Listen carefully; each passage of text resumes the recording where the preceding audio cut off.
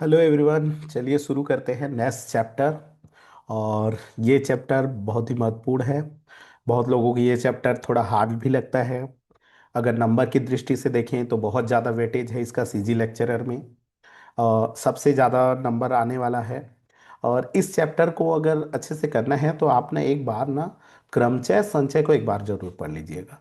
क्योंकि क्रमचय संचय से रिलेटेड बहुत चीज़ें आ जाती हैं। तो अगर हमारा क्रमचय संचय के बाद हम लोग प्रायिकता पढ़ेंगे ना तो वो बेस्ट रहता है। तो क्रमचय संचय मैं पढ़ा दिया हूँ। उसके कॉन्सेप्ट को आप क्लियर कर लीजिएगा। उसके बाद फिर है प्रायिकता देखिएगा। और प्रायिकता जो है ना बहुत ज़्यादा नंबर का आया था। अगर पिछले 2 वर्षों में बात करें तो इसे बहुत ज़्यादा वेटेज है ना। और अभी भी आने की उम्मीद है। और इसमें मेन है आपको ना प्रश्न को समझना है अच्छे से और हल करना है। बाकी कुछ नहीं है, आसान मतलब बना सकते हैं। इसमें का बहुत सारा क्वेश्चन आएगा तो एक आध हो सकता है कि दिक्कत हो, लेकिन कोशिश कीजिएगा कि सारे के सारे बन जाए। है ना। तो चलिए हम लोग शुरू करते हैं प्रायिकता। प्रायिकता में अगर हम लोग देखें तो एक मिनट।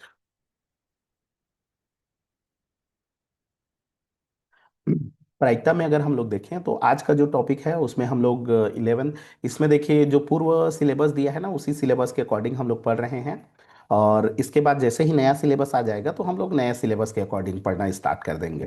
तो अभी तो फिलहाल पूर्व सिलेबस के अनुसार ही पढ़ रहे हैं कि जो जो टॉपिक दिया है। तो अगर हम लोग पूर्व सिलेबस के बारे में बात करें तो इसमें से अगर देखिए प्रायिकता में क्या क्या टॉपिक दिया था।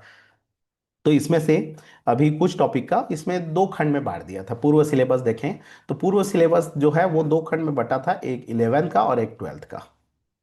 ठीक है। 11th का कुछ, क्योंकि 11th में भी प्रायिकता चैप्टर है और 12th में भी है। तो दोनों चैप्टर का दो खंड बना हुआ था। अभी हम लोग देखेंगे बेसिक, तो वो 11th वाले को देखेंगे तो प्रायिकता का 11th वाला ये चैप्टर था। मतलब टॉपिक अगर देखेंगे तो ये वाला टॉपिक था। क्या क्या टॉपिक था? प्रायिकता का अर्थ क्या होता है, घटनाओं का बीजगणित और घटनाओं के प्रकार, मेन यही है। इसमें से इंपॉर्टेंट टॉपिक आपका ये है घटना के प्रकार। और उसमें से दो तीन मेन घटना जो कि एकदम अच्छे से आपको समझ में आना चाहिए। क्योंकि वो घटना आपको समझ में नहीं आएगा ना तो दिक्कत होता है। तो दो तीन घटना पर हम लोग सबसे ज़्यादा फोकस करेंगे। और उसको मैं बता दूंगा कौन दो तीन घटना है ना। उसको हम लोग अच्छे से देखेंगे। उसके बाद प्रायिकता का अभिगृहित दृष्टिकोण, प्रायिकता का योग प्रमेय। योग प्रमेय से क्वेश्चन तो एक एक आना ही आना है। तो योग प्रमेय से भी क्वेश्चन आएगा ही। तो ये भी इंपॉर्टेंट है। तो ये दोनों टॉपिक सबसे ज्यादा वो हैं। और ये बेसिक है तो यही से हम लोग शुरू करेंगे प्रायिकता को। अगर बात करें क्या क्या क्वेश्चन आया था तो इसमें से देख लीजिए। देखिए ये वाला है 11th का सिलेबस, है ना, जो कि आपको सिलेबस में ना 25 नंबर में आपको मिल जाएगा, चैप्टर 25 में। और 51 में आपको सेकंड मिलेगा, वो 12th का सिलेबस है। अगर हम लोग 12th का बुक देखेंगे एनसीईआरटी के अकॉर्डिंग तो वो हमको दिखेगा। ठीक है। अगर हम लोग देखें इसमें से 11th के सिलेबस के अकॉर्डिंग तो अभी जो बताया वही सब सारे हैं। प्रायिकता का अर्थ घटनाओं का बीजगणित, घटनाओं के प्रकार, प्रायिकता अभिक्रिया दृष्टिकोण, प्रायिकता का योग प्रमेय। और अगर हम लोग बात करें वेटेज का तो 2019 में देखा जाए तो दो क्वेश्चन आया था इस टॉपिक से रिलेटेड। और 2023 में देखा जाए तो चार क्वेश्चन आया था यहां से। है ना, यहां से मतलब इस इतने में से ना, इतने में से अगर मैं थोड़ा सा अलग किया हूं तो हो सकता है एक दो इधर भी हो सकता है ना। लेकिन अगर देखा जाए तो इतना क्वेश्चन आया था। उसी प्रकार से अगर हम लोग बात करें, अगर बात करें 2000, ये है नेक्स्ट, ये 12th का प्रायिकता है। इसको भी हम लोग पढ़ेंगे। ये सह प्रतिबंध प्रायिकता, प्रतिबंध प्रायिकता के गुणधर्म, प्रायिकता का गुणन नियम। इसमें पहला में योग नियम है, इसमें गुणन नियम। और सबसे इंपॉर्टेंट टॉपिक स्वतंत्र घटनाएं, जो कि घटनाओं के प्रकार में हम लोग देखेंगे। स्वतंत्र घटना से तो एक क्वेश्चन आना ही आना है। ठीक है। उसके बाद बेज प्रमेय है। बेज प्रमेय थोड़ा सा लगता है सबको कि ये कैसे बनाएंगे, तो इसको हम लोग अच्छे से करेंगे बेज प्रमेय को। है ना। यादृच्छिक चर, इसकी प्रायिकता बंटन, बंटन वाला, है ना। बंटन वाला देखेंगे। बर्नौली परीक्षण और द्विपद बंटन दिया है। तो बर्नौली परीक्षण से तो क्वेश्चन नहीं आता है, लेकिन द्विपद बंटन से यहां से आ जाता है। जो कि मैं ना अभी इसके पहले जस्ट सांख्यिकी का क्लास किया था, उसमें सूत्र को लिखवा दिया था, क्योंकि सांख्यिकी से रिलेटेड होता है ये। ठीक है। तो इस कारण से द्विपद बंटन का फॉर्मूला लिखवा दिया था। हालांकि अभी जब करेंगे तो उस समय फॉर्मूला को और देख लेंगे। और बात करें क्या क्या क्वेश्चन आया था तो देखिए 2019 में इतना सारा क्वेश्चन आया था। है ना। 62 नंबर का क्वेश्चन, 65 नंबर का, 68 नंबर का, 69, 70, 72, 74, 75, 80, ये सारे क्वेश्चन आप देख सकते हैं ना। इसमें ना इस क्लास को देखेंगे ना तो आपको क्वेश्चन भी आपको वो मिल जाएगा। तो अगर देखें तो देखिए यहाँ पर दो क्वेश्चन, और यहां पर देखिए 2 4 6 8 9, मतलब 2 + 9 मतलब 11 क्वेश्चन आया है। इसका वेटेज देखिए, काफी वेटेज है, मतलब 11 है 150 में। अगर 150 में 11 है तो हम लोग मान सकते हैं कि 100 में कम से कम तो 5 जरूर आएगा। 100 में 5 तो आना ही आना है, और 5 से ज्यादा भी आ जाएगा, 5 6 क्वेश्चन आना ही आना है। ठीक है, उसी प्रकार से अगर 2023 के बारे में बात करें तो 2023 में देखिए ये 4 क्वेश्चन, और यहाँ पर देखिए 6 क्वेश्चन, मतलब 10 क्वेश्चन आ गया, है ना। तो 6 4 इसमें भी है, मतलब 10 क्वेश्चन है। तो काफी वेटेज है, मतलब 10 क्वेश्चन तो 2019 में देखें तो 11 क्वेश्चन आया था। 10 में देखें मतलब 23 में अगर बात करें, 23 में अगर बात करें तो 10 क्वेश्चन आया था। उसी प्रकार के 17 के बारे में बात करें तो 17 वाला, एक्चुअल में याद रखिएगा ये पेपर 100 नंबर का हुआ था। ठीक है, ये आपका 150 का पेपर नहीं है, 100 नंबर का पेपर है। और देखिए पीआरएल में कितने क्वेश्चन आए थे, तो पीआरएल में 5 क्वेश्चन आपका आया था, लेकिन एनएनएल में थोड़ा सा कम आया था, 3 क्वेश्चन आया था। ठीक है, तो 3 क्वेश्चन आया था, मतलब काफी वेटेज है ना। ये नहीं बोल सकते कि कम आएगा। तो इसलिए ना ये चैप्टर को अच्छे से फोकस कीजिएगा, और फोकस करने के लिए वही है, पढ़ने का तरीका आप वैसे ही याद रखिएगा। जब भी मतलब प्रायिकता पढ़ना है तो सबसे पहले ना, उससे पहले जस्ट पहले आप ना उसको खत्म कर दीजिएगा, क्या बोलते हैं, क्रमचय संचय को। और जैसे ही क्रमचय संचय खत्म हो जाएगा ना, क्रमचय संचय पूरा मतलब कॉन्सेप्ट क्लियर कर लीजिएगा। ठीक है, क्रमचय संचय जैसे ही खत्म हो जाएगा उसके बाद प्रायिकता पढ़िएगा। सांख्यिकी के कुछ क्वेश्चन हैं, लेकिन सांख्यिकी का उतना वो नहीं रहेगा, क्योंकि उसको में सूत्र वगैरह याद करेंगे तो आपको पता चल जाएगा। तो इसको पढ़ेंगे ना तो यहां से वैसे कीजिएगा। ठीक है, या सबसे पहले क्रमचय संचय, उसके बाद प्रायिकता पढ़िए, स्टार्ट कीजिएगा। तो चलिए शुरू करते हैं आज का। और आज हम लोग पहले क्लास में 25 मतलब 11वीं वाले को कॉन्सेप्ट को क्लियर करेंगे, उससे रिलेटेड कुछ कुछ क्वेश्चन करेंगे और आगे देखेंगे। अगर आपको कोई भी दिक्कत होगा ना तो मैसेज कर दीजिएगा, ये क्वेश्चन में दिक्कत है, और देखते रहिएगा क्लास को ना। तो चलिए देखते हैं, चलिए शुरू करते हैं। सबसे पहले प्रायिकता, प्रायिकता क्या होता है। पहला टॉपिक आता है, प्रायिकता क्या चीज है। प्रायिकता, तो प्रायिकता मतलब क्या होता है, किसी संभावना को, किसी घटना के, इसमें मेन आता है एक टॉपिक घटना। अब उस घटना के घटित होने की संभावना, घटना जो है उसके घटने की, घटने या ना घटने के, ना घटने के दो चीज हो सकता है, किसी घटना का घट भी सकता है, नहीं घट सकता है। तो उसका जो संभावना होता है, उसका जो संभावना होगा, उसको गणित के टर्म्स में व्यक्त करना, उसको मैथमेटिकल टर्म में व्यक्त करना, है ना। उसको हम लोग नंबर लिखेंगे, मतलब ये क्या हो जाएगा, गणित में व्यक्त करना, गणितीय रूप, गणितीय, या फिर संख्या, संख्यात्मक, है ना, जो जानकारी देता है उसी को हम लोग प्रायिकता बोलते हैं। प्रायिकता में हम लोग क्या करते हैं, हम लोग किसी घटना को ना, किसी घटना के घटने की संभावना को संख्या में व्यक्त करते हैं, कि ये घटना कितने प्रकार से व्यक्त हो सकता है, उसकी संख्या क्या होगी, उसी को याद रखिएगा। गणित प्रायिकता का एक और वर्ड होता है, आप ना यहाँ पर आप बिल्कुल वो कर सकते हैं, प्रतिशत। जो प्रतिशत वर्ड होता है ना, ये भी एक प्रकार का प्रायिकता ही होता है। ठीक है, जहां पर प्रतिशत माने कि हम लोग क्या बोलते हैं, 2% माने दो में मतलब 100 में 2, 100 में क्या होता है 2। तो वही है, इसमें क्या होगा, जैसे टोटल वो होगा, टोटल जो घटना होगा उसमें से कुछ घटने की संभावना होगी, उसी को व्यक्त करना होता है। ठीक है, और प्रायिकता को डिनोट करने के लिए हम लोग पी का उपयोग करते हैं, है ना। और इसमें से कोई घटना जो है उसको हम लोग ई से डिनोट कर लेते हैं, इस कारण से पूरा प्रायिकता जो होता है उसको हम लोग पी लिख लेते हैं। ठीक है, और पी का जो वैल्यू होता है वो याद रखिएगा, जीरो से बड़ा होता है ना, जीरो से बड़ा होता है, या तो जीरो हो सकता है, और एक से छोटा होता है, या एक हो सकता है। ठीक है, मतलब इसका जो वैल्यू होता है 0 और 1 के बीच में रहता है। जो प्रायिकता होता है इसका जो वैल्यू होगा, क्योंकि इसमें संख्यात्मक व्यक्त करेंगे, तो ये जो संख्या होगा किसके किसके बीच में रहेगा, तो ये जो संख्या रहेगा 0 से 1 के बीच में होता है। ठीक है, इसका फिक्स वैल्यू होता है, 1 से बड़ा नहीं होता, 0 से छोटा नहीं होता, नेगेटिव नहीं होता, है ना। तो इसमें से कुछ कुछ केस नहीं, इसको याद रखिएगा कि ये नेगेटिव नहीं होता है, 1 से बड़ा नहीं होता है प्रायिकता का। ठीक है, तो ये हो गया प्रायिकता के बारे में। ठीक है, अब इसी में से हम लोग सबसे पहले देखेंगे घटना, उसके बाद प्रायिकता को व्यक्त करते हैं तो क्या क्या टॉपिक होता है, प्रतिदर्श समष्टि, है ना, और प्रायिकता का फॉर्मूला, ये सारे को हम लोग कवर करेंगे। तो उसको मैं ना, जो मेरा कॉपी है ना, जिसमें मैं पूरा डिटेल से, क्योंकि आप लोगों को तैयारी करने के लिए ना हो सकता है कि अगर जल्दी अगर पोस्ट आ जाता है तो आपको ना एकदम जल्दी जल्दी करना पड़ेगा। और जल्दी जल्दी तैयारी करने के लिए आप लोग ना क्या कीजिएगा, वो हो सके तो वो जो कॉपी है मेरा फॉर्मूला का कॉपी, उसको आप ले लीजिए। वो आपका सबसे बेस्ट काम आएगा, क्योंकि उसमें ना एक बार ना, जैसे किसी भी चैप्टर का आप तैयारी कर रहे हो ना, सबसे पहले उस चैप्टर का पूरा, क्योंकि हमको हल्का हल्का ज्ञान होता है, तभी हम लोग लेक्चरर का पेपर दे रहे हैं ना। ऐसा तो नहीं होगा कि हमको बिल्कुल ज्ञान नहीं होगा, है ना। और हो सकता है कि जिनको नहीं है वो ना थोड़ा सा प्रैक्टिस करेंगे, उसके बाद वो करेंगे। और जिनको ज्ञान है वो हो सके तो क्या करोगे, आप ना पूरा सरसरी तौर पर सारे फॉर्मूला को लिख लो, टॉपिक वाइज एक बार सरसरी नजर से देख लो, और एमसीक्यू प्रैक्टिस करो। जितना आप एमसीक्यू प्रैक्टिस करेंगे वही आपका काम आएगा, ना कि वीडियो वगैरह देखना, है ना। तो कोशिश कीजिए कि आप लोग ने जितना हो सके एमसीक्यू प्रैक्टिस कीजिए, जहां से मिले वही एमसीक्यू को प्रैक्टिस कीजिए। हो सके 10 क्वेश्चन के बाद वो बोल लगे तो नेक्स्ट थोड़ा सा टाइम ले लीजिए, रिलैक्स ले लीजिए, उसके बाद प्रैक्टिस कीजिए, लेकिन प्रैक्टिस करना मत छोड़िए, है ना। वो उससे आपका वो मिलेगा ना, ना कि एक वो ले लेंगे और बोलेंगे कि मेरा सक्सेस हो जाएगा और मेरे को पोस्ट मिल जाएगा, ऐसा नहीं हो सकता। आपको मेहनत करना पड़ेगा, और मेहनत तो थोड़ा सा ज़्यादा ही करना पड़ेगा, क्योंकि पोस्ट भी कम है, कैंडिडेट ज़्यादा होंगे तो बहुत ज़्यादा दिक्कत होगा, है ना। तो कोशिश कीजिए कि आप प्रैक्टिस को मत छोड़िएगा। ठीक है। तो चलिए, मैं ना वो क्या है कि पीपीटी वो बनाऊंगा तो बहुत लंबा होगा, तो इसलिए मैं वो कॉपी को वो कर दिया हूँ, उसी के थ्रू मैं पढ़ाता हूँ। अगर कोई कोर्स लिए हैं और इस कोर्स से पढ़ रहे हैं तो उनको कॉपी वो करने की जरूरत नहीं है। लेकिन अगर कॉपी ले लेते हैं तो आप जल्दी जल्दी बना सकते हैं, उसका नेक्स्ट कॉपी का यूज करके वो कर सकते हैं। वो उसमें भी ना कुछ कुछ टॉपिक छूटा हुआ है, उसको मैं कोशिश करूंगा, जैसे पढ़ा रहा हूँ तो मेरे को भी पता चल रहा है कि ये वाला टॉपिक छूट गया है या ये वाला वो है, तो उसको इंक्लूड कर दूंगा मैं। तो देख लीजिएगा आप लोग, है ना।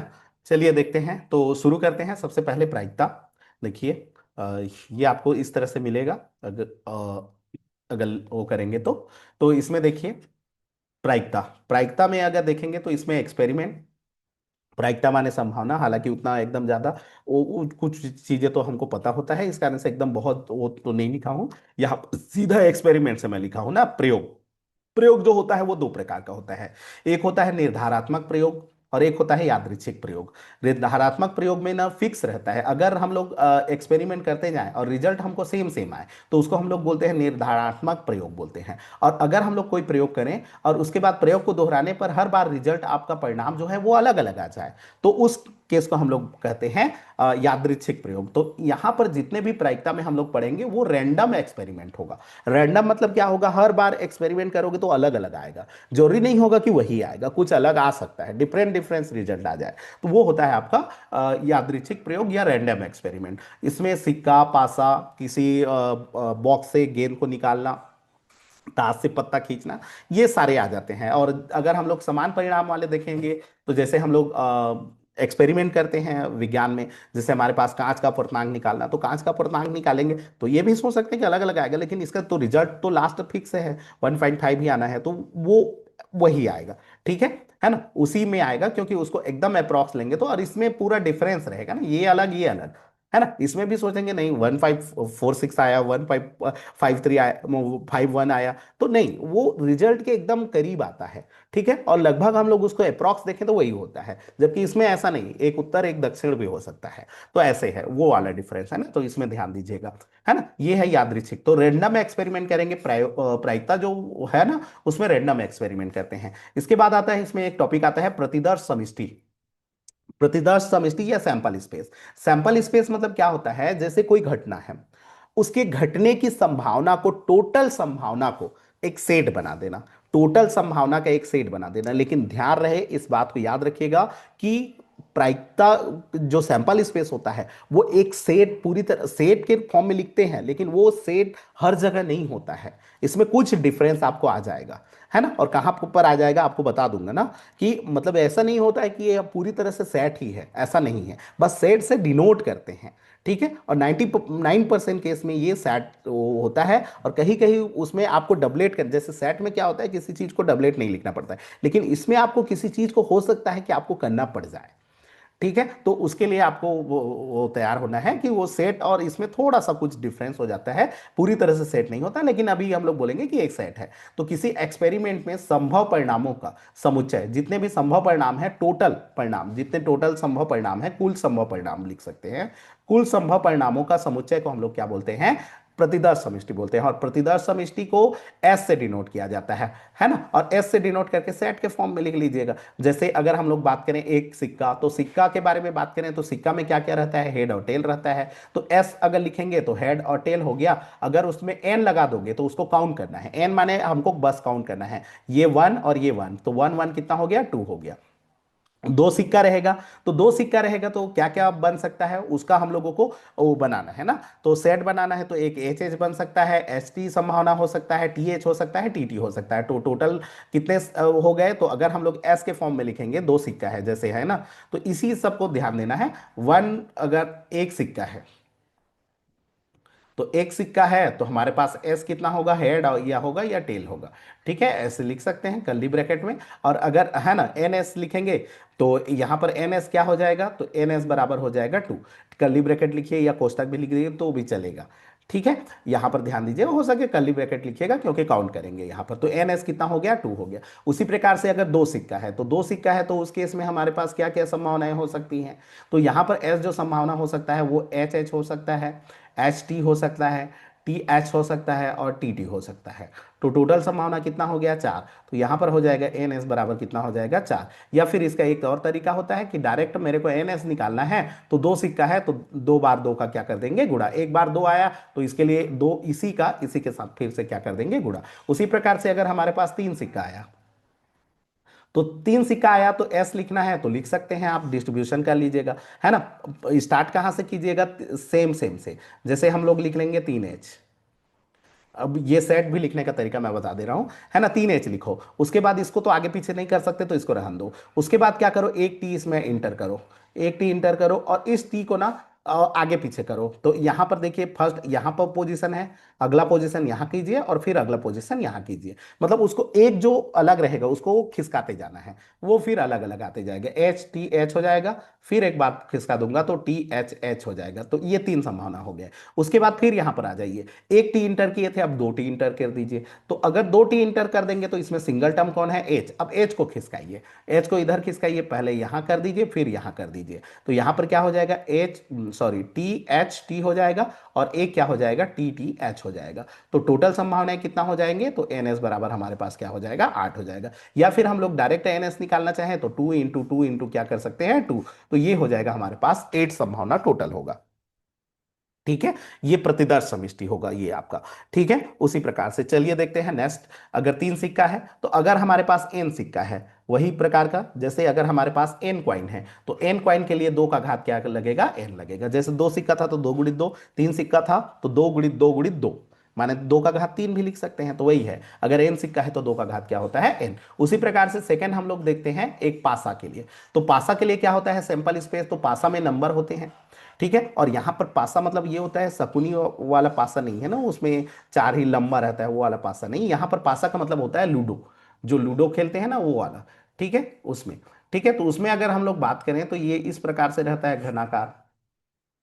ठीक है, तो अगर इसमें देखें, तो इसमें अगर हम लोग फलक के बारे में बात करें तो छह फलक होते हैं, और छह फलक में बिंदु बिंदु रहता है, एक में एक बिंदु रहता है, तो किसी में दो बिंदु रहता है, किसी में तीन बिंदु। माने कुल मिला के ऐसा रहता है। तो उसी को हम लोग कुछ भी लिख सकते हैं ना, उसको लिखना है, फिर उसको अंक को गिनना है वो कितने बार लिखा है ना। तो यहाँ पर क्या क्या होता है, अगर हम लोग इसका सिंपल स्पेस देखें तो one two three four five, और क्या लिखा बिंदु रहते हैं, छह बिंदु। एक बिंदु रहता है, दो बिंदु रहता है, तीन बिंदु, ऐसे। तो अगर हम लोग एन एस लिखेंगे, तो एन एस मतलब ये क्या लिखा है उससे हमको कोई मतलब नहीं है उस, है ना। यहां पर चाहोगे तो एक बिंदु दो बिंदु ऐसे भी कर सकते हैं, लेकिन बस हमको गिनना है कि ये कितने बार अलग अलग चीज लिखा हुआ है। तो ये छह बार, तो एन एस बराबर कितना हो जाएगा, छह। तो इस तरह से होगा। उसी प्रकार से अगर हमारे पास दो पासा होगा, तो दो पासा होगा, तो दो पासा के लिए हम लोग निकालेंगे तो एस बराबर क्या हो जाएगा, तो इसको ऐसे कीजिएगा, बनाइएगा। जैसे इसके लिए क्या होगा, वन कॉमा वन होगा। ठीक है, उसके बाद क्या हो जाएगा, वन कॉमा टू हो जाएगा। उसी प्रकार से वन, पहला को फिक्स कीजिएगा, उसके बाद लिखते जाइएगा। थ्री आ जाएगा, फिर वन फोर आ जाएगा, फिर उसके बाद क्या आ जाएगा, वन फाइव आ जाएगा, और वन क्या आ जाएगा, सिक्स आ जाएगा। उसके बाद फिर स्टार्ट कीजिएगा टू से, 2 1 खत्म कहाँ होगा 2 6 पे। उसी प्रकार से 3 से स्टार्ट करेंगे 3 1, फिर खत्म होगा कहाँ 3 6 से। उसी प्रकार से स्टार्ट करेंगे 4 1, खत्म कहाँ होगा 4 6 से। उसी प्रकार से 5 से स्टार्ट करेंगे तो 5 1, खत्म कहाँ होगा 5 6 से। ठीक है, और अगला क्या हो जाएगा 6 1, और खत्म कहाँ होगा 6 6 से। तो इतना होगा, इससे तो अलग नहीं होगा। तो टोटल सैंपल स्पेस कितना हो जाएगा, तो एन एस बराबर अगर काउंट करेंगे तो 36 आएगा, नहीं तो 6 × 6। ठीक है, माने तो क्या हो जाएगा 36। उसी प्रकार से अगर 3 पासा है तो, ठीक है, अगर 3 पासा है तो एन एस बराबर क्या हो जाएगा 6 × 6 × 6 करना है ना, तो ये हो जाएगा 216। ठीक है, तो इस तरह से आपको याद रखना है, या 6 का घात 3 भी लिख सकते हैं। ठीक है, तो इस तरह से हम लोगों के पास क्या हो जाएगा सैंपल स्पेस हो जाएगा। अगला होता है, ये तो क्या के लिए है, पासा के लिए, लूडो के लिए। अगला है अगर हमारे पास क्या है, ताश है। ठीक है, ताश है, तो ताश में देखिएगा पत्तियां होती हैं। तो इसमें से देखिए उसका एनएस देखेंगे तो यहां पर तो छाप नहीं सकते, पहला पत्ती दूसरा पत्ती तीसरा पत्ती। तो ऐसे कुछ चीजें हैं जिसको आपने छाप नहीं सकते, एस नहीं लिख सकते। तो वहां पर क्या करोगे, डायरेक्ट एनएस करोगे। ठीक है, जहां पर उसको डिनोट करने की आवश्यकता होती है वहां कर देते हैं, और जहां नहीं लिख सकते सेट के फॉर्म में तो वहां पर डायरेक्ट एनएस करते हैं। ठीक है, इसीलिए मैं बोला कि ये पूरी तरह से सेट ऐसे नहीं है, बस यहां पर ये है, ये एक पत्ती है, ये एक पत्ती है ना, ऐसे पत्ती हैं, अलग अलग पत्तियां रहते हैं, तो पत्तियां को ऐसे तो वो करेंगे थोड़ी करेंगे, तो यहां पर डायरेक्ट एनएस करेंगे, तो एनएस बराबर क्या हो जाएगा 52। ठीक है, लाल पत्ता कितना होता है अगर देखेंगे तो 26 होता है, काला पत्ता कितना होता है तो बोलने से 26 होता है। लाल के अंतर्गत आपका दो चीज आ जाता है, एक आपका आ जाता है ईंट, और एक आता है पान। ठीक है, और एक काला पत्ता के अंतर्गत क्या आ जाता है, एक होता है चीड़ी और एक होता है हुकुम। ठीक है, ये दो पत्ते होते हैं, सब 13 13 होते हैं, तो टोटल मिला के ऐसे। तो इसमें याद रखिएगा ना, लाल क्या होता है 26 होता है, और काला क्या होता है 26 होता है। उसी प्रकार से चित्र कितने में बने होते हैं, तो गुलाम में बना होता है, बेगम में बना होता है, बादशाह में, टोटल 12 पत्ता होते हैं जिसमें चित्र बना होता है। उसी प्रकार से ऑनर पत्ता कितने को बोलते हैं, तो याद रखिएगा ऑनर पत्ता में क्या होता है, गुलाम बेगम बादशाह तो आता है, और साथ साथ इक्का को भी लेते हैं, और याद रखिएगा इक्का में चित्र नहीं होता है ना, तो इक्का को भी लेते हैं ऑनर पत्ता में। कभी ऑनर पत्ता वाला क्वेश्चन आ गया ना, तो याद रखिएगा ऑनर में इक्का भी लिया जाता है। तो टोटल कितने होते हैं 16 हो जाएगा इसका एनएस। ठीक है, एक पत्ता खींचने के तरीके, अब देखिए यहां पर अब एंट्री हो गया संचय का। ठीक है, पहले में क्या था, हम लोग सेट के फॉर्म में लिख रहे थे, एक पासा दो पासा, कोई दिक्कत नहीं होता था। अभी हम लोग ना क्या करेंगे, ताश को खींचेंगे, तो अगर एक पत्ता खींचेंगे तो एक पत्ता खींच खींच करके कितने अलग अलग प्रकार बना सकते हो, तो वो हो जाएगा आपका 52। 52 अलग अलग कर सकते हो, लेकिन अगर मैं उसमें से दो दो पत्तों का जोड़ी बनाऊं, दो दो पत्तों का जोड़ी, अब इसमें से क्या है कि क्रम का कोई महत्व नहीं है। ठीक है, कि पहले हुकुम का इक्का आया कि उसका बादशाह आया, उससे मतलब नहीं, हुकुम का इक्का और बादशाह एक जोड़ी बनेगा। उसी प्रकार से इक्का के साथ में दुग्गी दुग्गी होगा तो भी होगा, तीन होगा तो भी होगा, चार होगा तो भी होगा, तो ऐसे कई प्रकार के जोड़ी बनेंगे। ठीक है, सोच सकते हैं। तो अगर हम लोग बात करें उसी प्रकार से, अगर हम लोग बात करें कि अगर दो दो का पेयर ले तो कितने प्रकार से लिख सकते हैं, तो उसको हम लोग संचय से दर्शा देंगे। जैसे इसमें भी वही है ना, एक पत्ता मतलब क्या हो जाएगा 52C1 हो जाएगा। अगर दो पत्ता खींचना है तो 52C2 हो जाएगा। उसी प्रकार से अगर मेरे को तीन पत्ता खींचना है, ध्यान दीजिए यहां पर अब संचय का एंट्री हो गया ना, तो इसी को आपको समझना है ना। अगर मेरे को तीन पत्ता खींचना है तो तीन पत्ता के लिए क्या हो जाएगा 52C3 हो जाएगा, ये सैंपल स्पेस हो जाएगा। उसी प्रकार से अगर चार पत्ती खींचना है तो 52C कितना हो जाएगा 4 हो जाएगा। ठीक है, और आप लोग इसमें से एक शॉर्ट ट्रिक आप लोगों को बताया था जो कि आपको पता ही होना चाहिए, और वो शॉर्ट ट्रिक क्या था, शॉर्ट ट्रिक ये था, है ना, संचय का शॉर्ट ट्रिक आप लोगों को बताया था कि अगर हमारे पास जैसे 52C2 लिखा है या 15C2 लिखा है, तो इसका मतलब क्या होगा, तो डायरेक्ट आपने ऐसे कीजिएगा 15, और एक बार खोलना है क्योंकि दो लिखा है, माने दो बार तक इसको खोलना है 14, और बटे नीचे में दो को पूरा खोलना है, दो गुणित क्या होगा एक, तो इस तरह से आपको आना चाहिए। ठीक है, उसी प्रकार से मान लो यहां पर अगर क्वेश्चन ऐसे रहता तो मान लो रहता 15C मान लो रहता कि हाँ 15C 11 रहता, तो उस स्थिति में क्या करेंगे, तो क्या 11 बार खोलेंगे, तो ऐसा मत कीजिएगा। इसका एक और रूल याद रखिएगा कि 15C इसको हम लोग 15 में घटा देते हैं, माने 15C इसको क्या लिख सकते हैं 15 ऋण 11, माने क्या लिख सकते हैं, इसको हम लोग लिख सकते हैं 15C4 लिख सकते हैं। अब 15C4 को खोलिएगा, तो ये आपको कुछ चीजें ना शॉर्ट जल्दी बनाने के लिए ये सब ना तुरंत नॉलेज होना चाहिए, वरना दिक्कत होगा आपको बनाने में, टाइम आपका जाएगा ना। और टाइम ज्यादा होगा ना तो उस समय हो सकता है किसी क्वेश्चन में आप फंसोगे तो उसके लिए ज्यादा टाइम नहीं दे पाओगे। तो इसको अगर खोलेंगे तो ये हो जाएगा 15 गुणित क्या हो जाएगा 14, 13, 12, और नीचे में 4 को खोल देंगे, 4, 3, 2, 1। इस तरह से आराम से खोल सकते हैं, तुरंत कर सकते हैं। तो इस तरह से आपको आना चाहिए ना, संचय में फटाक से खोलना आना चाहिए। तो उसी में दिया गया है, अगर आर है तो आर लेटर लेकर के समूह बनाओगे तो ये हो जाएगा 52 से कितना हो जाएगा, आर हो जाएगा। तो पत्ता में क्या होता है, जब भी ताश की गड्डी हुआ ना, तो ताश की पत्ता गड्डी से हम लोग निकालते हैं तो वहां पर समूह बनाते हैं। ठीक है, जैसे मान लो हुकुम का इक्का है, तो हुकुम के इक्का के साथ में क्या क्या समूह बन सकता है, तो कोई भी एक आ सकता है। कितने पत्ते आ सकते हैं, 51। ठीक है, तो कहने का मतलब एक के साथ में एक गुणित कितना हो गया, 51, 51 प्रकार का अलग बनेगा। वही चीज हालांकि संचय में रहता है ना। एक गुणित क्या हो जाएगा, 51।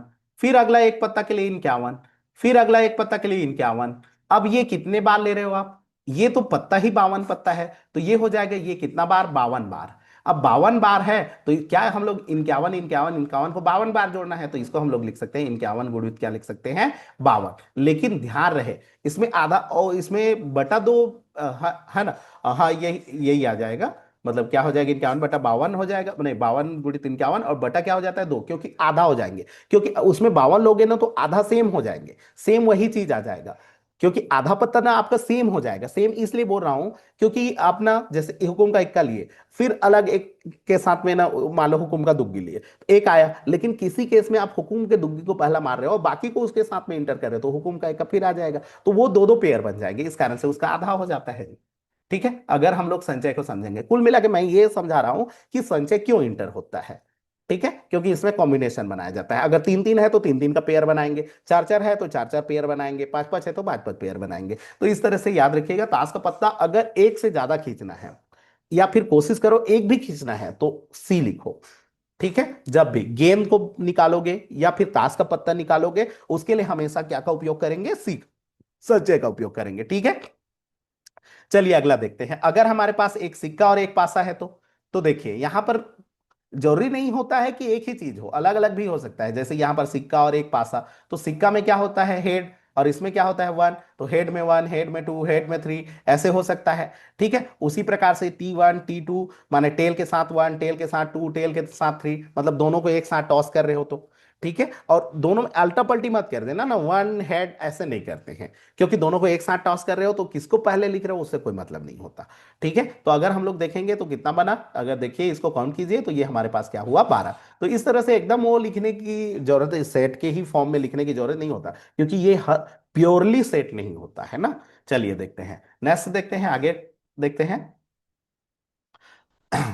आगे हमारे पास है, सिक्का में टी आए तो पासा फेंका जाए, है ना। जैसे सिक्का में टी आए तो पासा को फेंका जाए, और टी ना आए तो पासा नहीं फेंकना है, वैसी वाला केस आया तो जैसे मान लो हेड आया तो पासा नहीं फेंकना है, टी आया तो पासा फेंकोगे तो वन आ सकता है, टू आ सकता है, टी आया तो ना थ्री आ सकता है, फोर आ सकता है ना। लेकिन हेड आ गया तो नहीं फेंकना है, तो हेड आ गया तो फिर मत फेंको। तो ये अलग अलग क्या तरीके होंगे, तो इसमें डबल टिबल वही हेड को नहीं लिखना है ना। तो यहां पर क्या हो जाएगा, टोटल कितना हो जाएंगे, 7, है ना। तो इस तरह से इवेंट होते हैं, माने मिक्स इवेंट है ये, है ना। दो इवेंट अगर मिक्स, दो घटनाएं हैं और दोनों को एक साथ मिक्स करके भी ना सैंपल स्पेस कर सकते हैं, है ना। और इसमें से एक चीज याद रखिएगा, यहां पर एक टॉपिक आ जाएगा घटना, ये तो संपूर्ण घटना है। एक्चुअल में प्रतिदर्श समष्टि का मतलब होता है किसी घटना का टोटल घटना, जितने भी पॉसिबल होंगे, टोटल पॉसिबल, है ना, उसको बोलेंगे। अब इसमें से इवेंट क्या होता है, यहां पर एक घटना लेंगे, तो यहां पर जो घटना लेते हैं ना, वो उस सैंपल स्पेस का सबसेट होता है। वो सैंपल स्पेस का क्या होता है, सबसेट होता है। माने अगर हमारे पास यहां पर एक समुद्र है, तो यहां से अगर किसी चीज को निकाल लो, जैसे इतना को, तो ये इसका क्या हो जाएगा, सबसेट। तो यही से निकाला हुआ है ना, अलग से इसको एक्स्ट्रा वो नहीं कहते हैं, वहीं से निकालेंगे। तो वही सेट से अगर निकाल कर लेंगे तो वो हमारा क्या हो जाता है, सैंपल स्पेस हो जाता है। ठीक है, तो नहीं सॉरी जी, सैंपल स्पेस नहीं, उसको हम लोग बोलते हैं इवेंट बोलते हैं।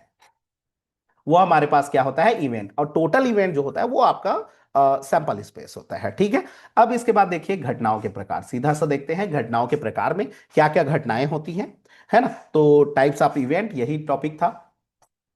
ठीक है, एक है सरल घटना, सिंपल इवेंट क्या होता है, एक ही प्रतिदर्श एक ही प्रतिदर्श बिंदु, एक ही उपकरण से होने वाली, है ना, जैसे एक सिक्का, एक पासा, है ना, ताश, एक ही प्रतिदर्श बिंदु हो, एक ही प्रतिदर्श बिंदु हो, तो उसको हम लोग क्या बोलते हैं, सरल घटना बोलते हैं। ठीक है, एक ही अगर हो, और अगर संयुक्त हो, दो चीजों का एक ओ करके मिक्स करेंगे तो वहां पर होता है संयुक्त घटना। संयुक्त घटना माने इसमें क्या हो जाता है, मिक्स हो जाता है, जैसे एक से अधिक उपकरण का उपयोग हो। अगर एक ही उपकरण का उपयोग हो, यहां पर ध्यान दीजिएगा, एक ही उपकरण का उपयोग हो, जैसे एक ही पासा लो, या एक ही ताश का गड्डी लो, या एक ही सिक्का लो, तो वो आपका क्या हो जाएगा, सिंपल घटना हो जाएगा। और उसी को संयुक्त घटना देखेंगे तो अगर हम लोग दो सिक्का ले लेंगे, दो पासा ले लेंगे, या एक सिक्का और एक पासा ले लेंगे, तो वो आपका क्या हो जाएगा, संयुक्त घटना हो जाएगा। एक से अधिक प्रतिदर्श बिंदु हो, या जो घटना सरल ना हो, जो घटना सरल ना हो उसको क्या बोलेंगे हम लोग, संयुक्त घटना बोलेंगे। इसके बाद होता है असंभव घटना। अगर किसी घटना के घटित होने पॉसिबल ही नहीं है, तो उसको हम लोग बोलते हैं असंभव घटना। और असंभव घटना क्या होगा, जैसे ई जो होगा वो नॉट बिलोंग टू क्या होगा, एस। माने क्या होगा कि आप बोल रहे हो, एक पासा को फेंक रहे हो और बोल रहे हो कि हेड आ जाए, ऐसा तो पॉसिबल ही नहीं है। पासा को फेंकने पर हेड थोड़ी आएगा। तो हेड क्या चीज है वो अलग है, वह उसमें क्या हो सकता है, 1 2 3 4 5 6 हो सकता है, तो वो तो आ ही नहीं सकता। तो ऐसे घटना को हम लोग क्या बोलेंगे, इम्पॉसिबल इवेंट बोलेंगे। इम्पॉसिबल का मतलब होता है अगर वो इवेंट को बाहर से ले लो, जैसे हम लोगों को इससे लेना है, ये क्या होता है, सैंपल स्पेस, इससे ना लेकर के यहां से कोई इवेंट उठा लो, यहां से कोई इवेंट को उठा लो, इससे मत लो। मतलब क्या, ई जो है वो सबसेट नहीं है क्या का, एस का। ई जो है वो सबसेट नहीं है क्या का, एस का। ठीक है, या फिर हम लोग बोल सकते हैं ई जो है वो नॉट बिलोंग टू एस है। ई जो है वो नॉट बिलोंग टू क्या है, एस है। तो उस केस में हम लोग उसको क्या बोलेंगे कि वो जो है वो असंभव घटना है। ठीक है, इम्पॉसिबल। उसी में क्या होता है, ई इक्वल टू हम लोग क्या ले लेते हैं, 5। जैसे कुछ केस आते हैं उसी प्रकार से, अगर एन लिखेंगे ना तो काउंट करेंगे। यहां पर 5 है बोल के 1 मत लिख दीजिएगा ना, यहां पर जब भी इसमें एन लिखेंगे तो यहां पर हमको काउंट करना है। तो यहां पर तो 5 लिखा है, 5 मतलब कुछ नहीं होता है। ठीक है, जैसे हम लोग सेट में दर्शाएंगे तो ऐसे होता है कुछ नहीं, और कुछ नहीं मतलब यहां पर एन लिखेंगे तो क्या होगा, जीरो लिखेंगे ना, तो एन एस याद रखिएगा, जीरो। जैसे इसमें आता है असंभव घटना, जैसे एक पासा को फेंकने पर 7 आने की प्रायिकता ज्ञात कीजिए। तो एक पासा को अगर फेंकोगे तो 7 तो आ ही नहीं सकता। ठीक है, तो 7 जो होगा वो क्या हो जाएगा, असंभव घटना है। उसके बाद आता है समसंभावी घटनाएं, है ना, equally likely event. Equally likely event क्या होता है, देखिए, है ना, अगर कोई घटना जो है घटित होने की संभावना समान हो, घटना के घटित होने की संभावना क्या हो, समान हो, तो उसको हम लोग बोलते हैं इक्वली लाइक। जैसे एक सिक्का है तो उसमें हेड आए या टेल आए, दोनों की संभावना क्या है, बराबर है। जैसे हेड आने की संभावना क्या है, 1/2, और टेल आने की संभावना भी क्या है, 1/2। या फिर हम लोग ये बोल सकते हैं, अभी तो 1/2 सीखे नहीं है तो 50% 50%, तो दोनों की संभावना तो सेम है। एक जैसे हेड आएगा तो 50% चांस है, और टेल आने के चांसेस कितने हैं, 50%। जब इक्वली हो तो उसको हम लोग बोलते हैं सम, है ना, समसंभावी बोलते हैं। ये होता है। इसके बाद आता है निश्चित घटना। निश्चित घटना में क्या होता है, जब ए जो है कोई घटना जो है या इवेंट, इवेंट को ए से भी दर्शाते हैं ना, जब कोई घटना जो है वो एस के बराबर हो जाए, सैंपल स्पेस के ही बराबर हो जाए, तो उसको हम लोग बोलते हैं निश्चित घटना। ये सबको नोट करते जाना है। अब इसके बाद यहां से चालू होता है थोड़ा अटपटान घटना, जिसमें से एक टॉपिक आ गया स्वतंत्र घटना। ठीक है, इस स्वतंत्र घटना को हम लोग नेक्स्ट जब टॉपिक पढ़ेंगे ना, 12th क्लास वाला, तो उसमें भी एक बार फिर से देखेंगे स्वतंत्र घटना क्या होता है। स्वतंत्र मतलब क्या होता है, जब एक घटना के घटने पर दूसरे पर कोई प्रभाव ना पड़े। ठीक है, मतलब एक घटना दूसरे घटना पर डिपेंड ना हो, एक घटना जो है दूसरे घटना पर क्या हो, डिपेंड ना हो, या एक घटना के घटने से दूसरे घटना पर कोई भी प्रभाव ना हो। ठीक है, तो उसको हम लोग बोलते हैं स्वतंत्र घटना। और अगर वो प्रभावित होता है तो फिर वो परतंत्र घटना आ जाता है, डिपेंडेंट इवेंट हो जाएगा। इनडिपेंडेंट मतलब वो डिपेंड ही नहीं करे। ठीक है, जैसे मान लीजिए इंडिपेंडेंट इवेंट होता क्या है, इसमें ना बहुत कंफ्यूजन है। इंडिपेंडेंट इवेंट होता क्या है, किसको हम लोग इंडिपेंडेंट बोलेंगे। अगर मैं एक सिक्का को टॉस किया तो हेड आने की जो संभावना है, क्या वो इंडिपेंडेंट है। ठीक है, तो क्या वो हेड आना किसी और को प्रभावित कर रहा है क्या, नहीं। हेड आना टेल आने को प्रभावित करेगा क्या, नहीं, क्योंकि दो घटना है, हेड और टेल। तो क्या हेड आने से टेल नहीं आ सकता, या हेड नहीं आने, है ना, तो नहीं आ सकता, तो ऐसे नहीं, तो उस कंडीशन में हम लोग उसको बोलेंगे इंडिपेंडेंट इवेंट। मतलब हेड आना क्या है, स्वतंत्र घटना है। जैसे एक पासा को फेंके तो 1 आया या 2 आया या 3 आया, तो वो जो है वो आपका इंडिपेंडेंट इवेंट है ना, एक ही टॉस में हो गया।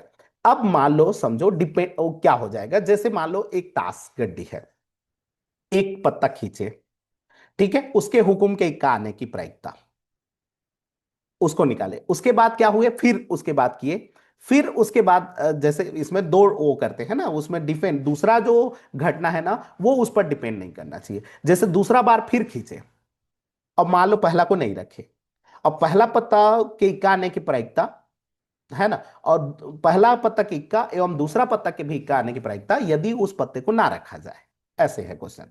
तो वो इवेंट क्या है, तो अगर हम लोग पहला पत्ता को वापस ना रखें तो दूसरा पत्ता प्रभावित होगा। अगर वो प्रभावित हो गया तो वो क्या हो जाएगा, वो क्या हो जाएगा हमारे पास, डिपेंडेंट इवेंट हो जाएगा। और अगर वो प्रभावित नहीं होता है तो वो इंडिपेंडेंट हो जाएगा।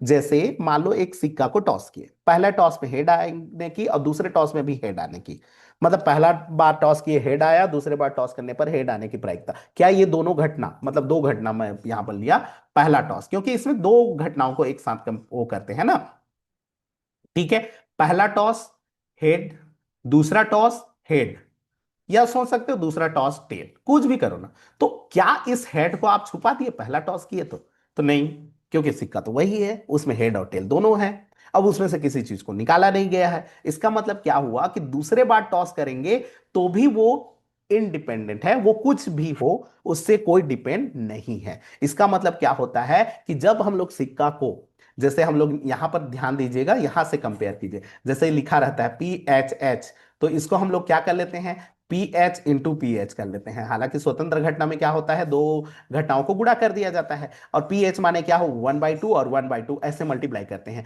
ये यहीं से आया है, ये स्वतंत्र घटना है। हेड आना टेल आना, एक सिक्के को कितना बार भी उछालो, वो जो होता है वो इंडिपेंडेंट इवेंट है, और इंडिपेंडेंट होने के कारण इसको हम लोग मल्टीप्लाई कर सकते हैं। ठीक है, इंडिपेंडेंट जो इवेंट होता है ना, उसको हम लोग मल्टीप्लाई, दोनों के एक साथ घटित होने की प्रायिकता ना, मतलब ए और बी दोनों के एक साथ घटित होने की प्रायिकता कैसे लिखते हैं उसको भी हम लोग देखेंगे, लिखने का तरीका भी। लेकिन बस मैं आपको यहां पर कॉन्सेप्ट समझा रहा हूं कि कौन सा घटना इंडिपेंडेंट होगा, आपको बिल्कुल कंफ्यूजन नहीं होना चाहिए। ठीक है, जैसे मान लीजिए, है ना, क्वेश्चन ये भी आता है जो कि बहुत इंपॉर्टेंट एक क्वेश्चन रहता है, और वो ये है कि परीक्षार्थियों को गणित का प्रश्न दिया गया, पहला के हल करने की प्रायिकता ये है, दूसरे के हल करने की प्रायिकता ये है, तीसरे के हल करने की प्रायिकता ये है, तो प्रश्न के हल हो जाने की प्रायिकता ज्ञात कीजिए। अब यहां पर हम लोग सोचते हैं कि ये कौन सा इवेंट है, स्वतंत्र घटना है कि अपवर्जी घटना है कि क्या घटना है, क्योंकि हमारे पास दो ही टॉपिक दिमाग में आता है, अपवर्जी तो नहीं है, स्वतंत्र है कि क्या है, गुणा करेंगे कि जोड़ेंगे, योग नियम लगेगा क्या लगेगा, कैसे बनाएंगे। तो वहां पर याद रखिएगा, यहां पर जो प्रश्न आप दिए हो, पहला घटना और दूसरा घटना, मतलब पहला बच्चा, ठीक है, और दूसरा बच्चा, ये पहला बच्चा दूसरा बच्चा तीसरा बच्चा, ये पहला बच्चा बनाए चाहे ना बनाए, क्या ये दूसरे बच्चे को प्रभावित कर रहा है, नहीं कर रहा है। अगर ये बनाए चाहे ना बनाए, क्या इसको ये प्रभावित कर रहा है, नहीं कर रहा है।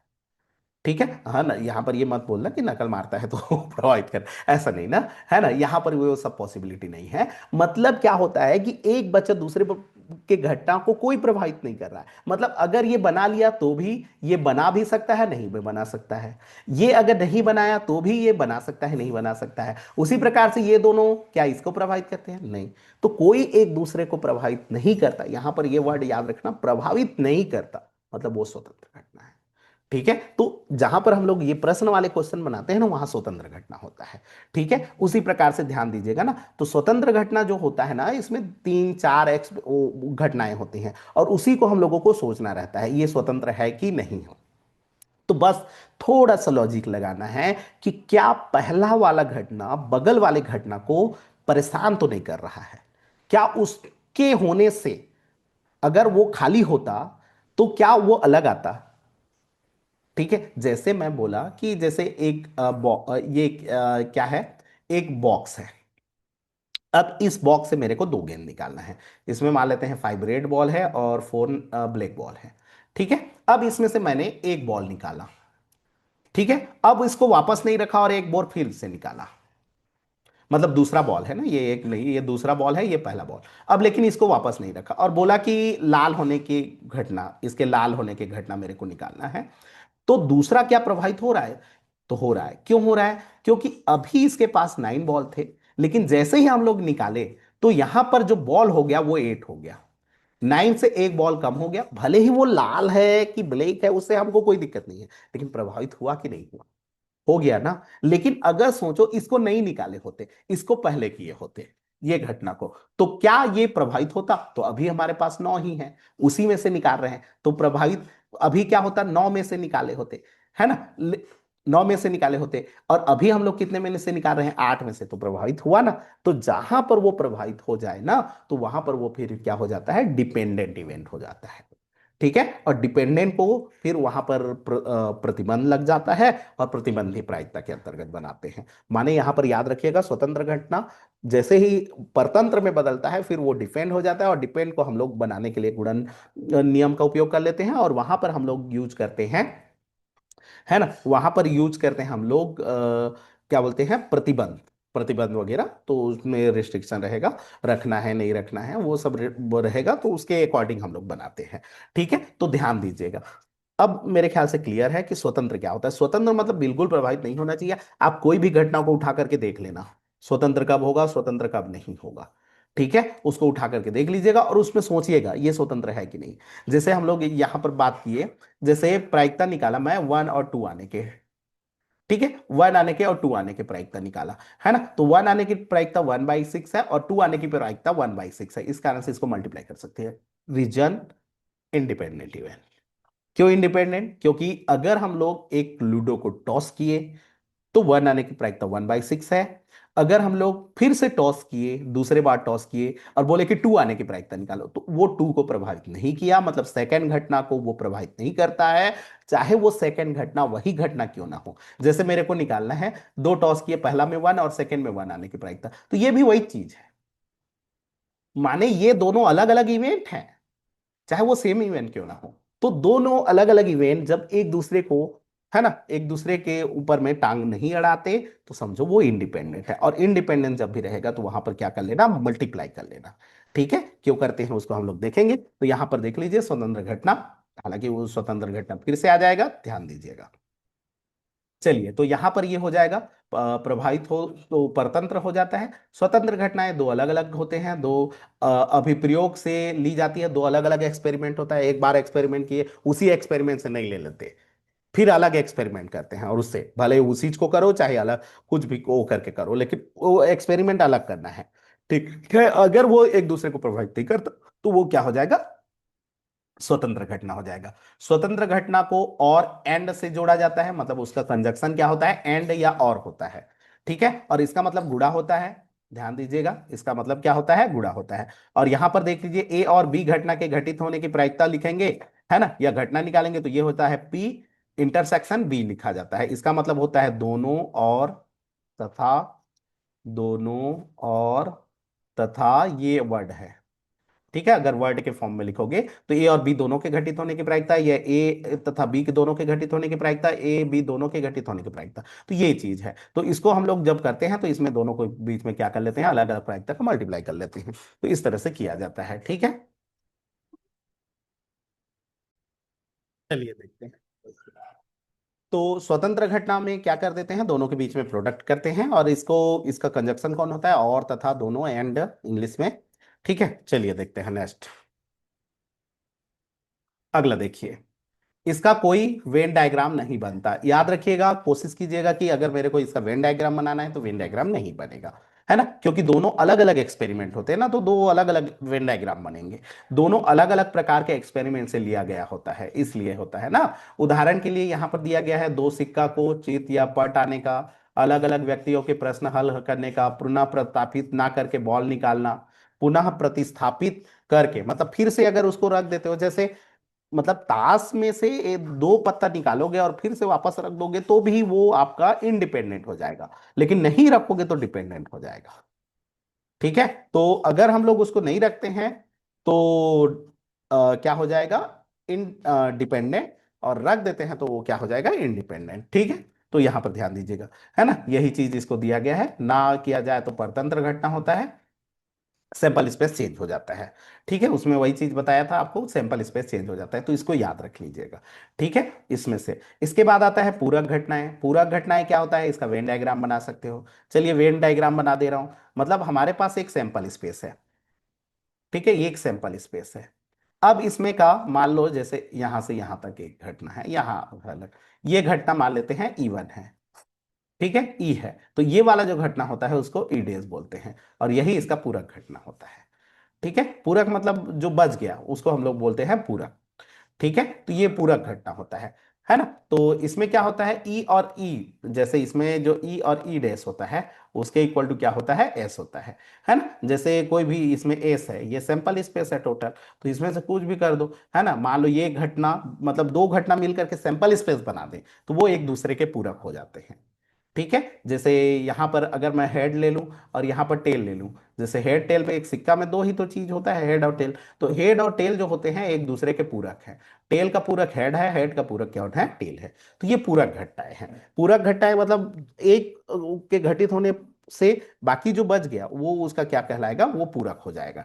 ठीक है, इसमें क्या होता है पूरक घटनाओं में, अगर हम लोग पूरक घटना को यहाँ पर देखो बार लगा दिया हूँ, डैश लगाते हैं, है ना, डैश भी लगा सकते हो। तो यहाँ पर क्या होता है, उसका जो घटना और उसके पूरक घटना का सम क्या होता है, एस के इक्वल होता है। इन दोनों के बीच में इंटरसेक्शन अगर देखेंगे तो फाइव होगा, कोई भी कॉमन नहीं होगा। ठीक है, फाइव होता है। जैसे डाइस में क्या है, सम संख्या और विषम संख्या, अगर हम लोग बात करें सम आधा ले लें आधा विषम ले लें, तो वो क्या हो जाता है, आपका पूरक घटना हो जाएगा।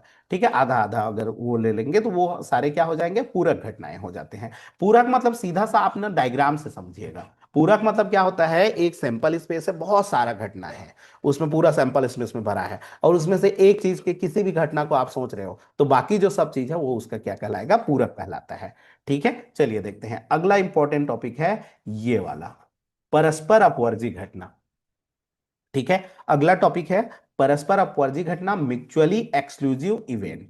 ये आपको अच्छे से आना चाहिए। एक मिनट, चलिए देखिए परस्पर अपवर्जी घटना क्या होता है। एक घटना के घटित होने से जब दूसरा घटना घटित ही ना हो, देखो ये प्रभावित मतलब क्या, पूरी तरह से उसको रोक ही दे, है ना। जब एक घटना घटित हो तो दूसरा घटना जो है वो घटित ही ना हो पाए, तो उस समय उसको हम लोग बोलते हैं परस्पर, इन दोनों घटनाओं को परस्पर अपवर्जी घटना। दूसरा घटना रुक जाए, या दोनों घटना एक साथ कभी घटित ना हो। देखिए यहां पर बहुत सारे वर्ड लिखा हूं, एक घटना घटित हो तो दूसरा घटना बिल्कुल घट ना पाए। ठीक है, उसमें क्या था, स्वतंत्र में एक घटना के घटने से दूसरा घटना पर प्रभाव नहीं पड़ना चाहिए, प्रभाव नहीं पड़ना चाहिए। इसमें बोल रहा है कि नहीं, एक घटना घटा मतलब ये घटना घट ही नहीं सकता। ठीक है, तो उसको हम लोग बोलते हैं क्या, परस्पर क्या बोलते हैं, अपवर्जी घटना। ठीक है, या दूसरा घटना रुक जाए, एक घटना घटित हो गया तो दूसरा हो ही नहीं सकता, है ना। दोनों एक साथ कभी ना घटित हो, दोनों एक साथ कभी घटित नहीं हो, मतलब दोनों को एक साथ अगर वो करने की कोशिश करोगे तो वो घटित ही ना हो। तो जैसे ये हो गया आपका पूरक घटना, याद रखना परस्पर अपवर्जी घटना है पूरक घटना। अगर हम लोग बात करें पूरक घटना की, तो पूरक घटना परस्पर अपवर्जी है।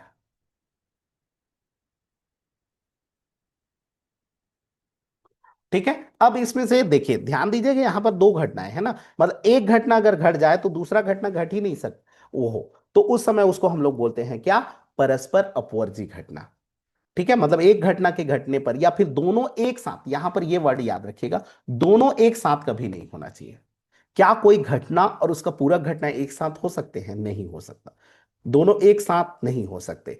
ठीक है, मतलब हम लोग बोलेंगे किसी पास मतलब कि सम संख्या आने की प्रायिकता, और उसको बोलेंगे मतलब दो चार छह उसमें है, उसमें सम संख्या नहीं है ना, मतलब वो पूरा अंक को लिया गया है, यहाँ पर ऐसे मत बोलिएगा ना, है ना, दो चार छह इतना मतलब सम संख्या, और ये हो जाएगा, हाँ वही है, सम संख्या ही है। और विषम संख्या आने की प्रायिकता, एक ओ को टॉस करेंगे तो सम संख्या और विषम संख्या दोनों एक दूसरे के, अगर ये घट गया, है ना, तो ये मतलब अगर उसी घटना में होता है ना, एक्चुअल में ये उसी में रहता है, तो अगर ये वाला आ गया तो वो बगल वाला कैसे आएगा, उसी समय इसको लेना रहता है। ठीक है, तो अगर वो हो गया तो वो क्या बगल वाला हो सकता है, तो नहीं हो सकता। एक मिनट, चलिए देखते हैं। है ना, मतलब एक घटना अगर घट जाए तो दूसरा घटना के घटित होने की संभावना ही समाप्त हो जाए, या दूसरा घटना रुक जाए। ठीक है, तो उसको हम लोग बोलते हैं परस्पर अपवर्जी घटना। अब यहां पर सोचेंगे कैसे। जैसे मान लो बोला सम संख्या आना और विषम संख्या ये तो अलग है। एक टॉस करेंगे सम आ सकता है, दूसरा टॉस करेंगे विषम। ऐसा नहीं, एक ही प्रयोग से आपको एक्सपेरिमेंट यहां पर ध्यान रहे उसमें क्या होता है, अलग अलग एक्सपेरिमेंट होता है। और यहां पर एक ही एक्सपेरिमेंट से लेना है। यहां पर जो परस्पर अपवर्जी घटना का जो केस आता है ना, इसमें एक ही एक्सपेरिमेंट लेना है। एक ही एक्सपेरिमेंट से आपको लेना है, एक्सपेरिमेंट से। अगर एक ही एक्सपेरिमेंट में मान लो ये सैंपल स्पेस है, अब मैं बोला ये वाला घटना घट गया, तो बताओ ये वाला घटना घट सकता है क्या? तो ऐसा तो हो ही नहीं सकता। ये घटना घट गया तो ये कैसे घटेगा? ये तो अलग है और ये अलग है, तो एक घटना घट जाए तो दूसरा तो हो ही नहीं सकता उसी समय। उसी समय क्या वो हो सकता है? नहीं। जैसे अगर इस केस में देखा जाए, जैसे ये एक घटना है, अब मान लो यहां पर एक दूसरा घटना है, तो इसका कुछ हिस्सा इसमें आ गया। अब बोलेंगे कि ये क्या हो सकता है, तो ऐसा नहीं। इसका कुछ हिस्सा घट गया ना, इसका मतलब दोनों एक साथ, कुछ हिस्सा तो उसका घट गया ना। तो ऐसा भी नहीं, मतलब अगर एक घटना घट गया तो दूसरा बिल्कुल ना घटे उसी समय, उसी समय ना। यहां पर एक्सपेरिमेंट एक ही है। यहां पर कंफ्यूजन ये होता है कि मैं बोला अभी कि पूरक घटनाएं कैसे हैं। अब पूरक घटना में एक एग्जांपल दे दिया हेड और टेल का। मान लो एक टॉस किए, हेड आया, तो क्या हेड आ गया तो टेल उसी समय आ गया? नहीं आया ना। अब हेड आ गया मतलब टेल नहीं आया है उसी समय। क्या उसी समय दोनों आ जाएंगे? अब मतलब एक सिक्का को टॉस करो और हेड और टेल दोनों आ जाएंगे? ऐसा हो ही नहीं सकता। ठीक है, तो उसी को जैसे अगर हम लोग बात करें, एक पासा को फेंकेंगे और सम और विषम दोनों एक साथ आ जाएंगे? ऐसा हो ही नहीं सकता। सम विषम क्या दो और तीन एक साथ आ जाएंगे? नहीं हो सकता।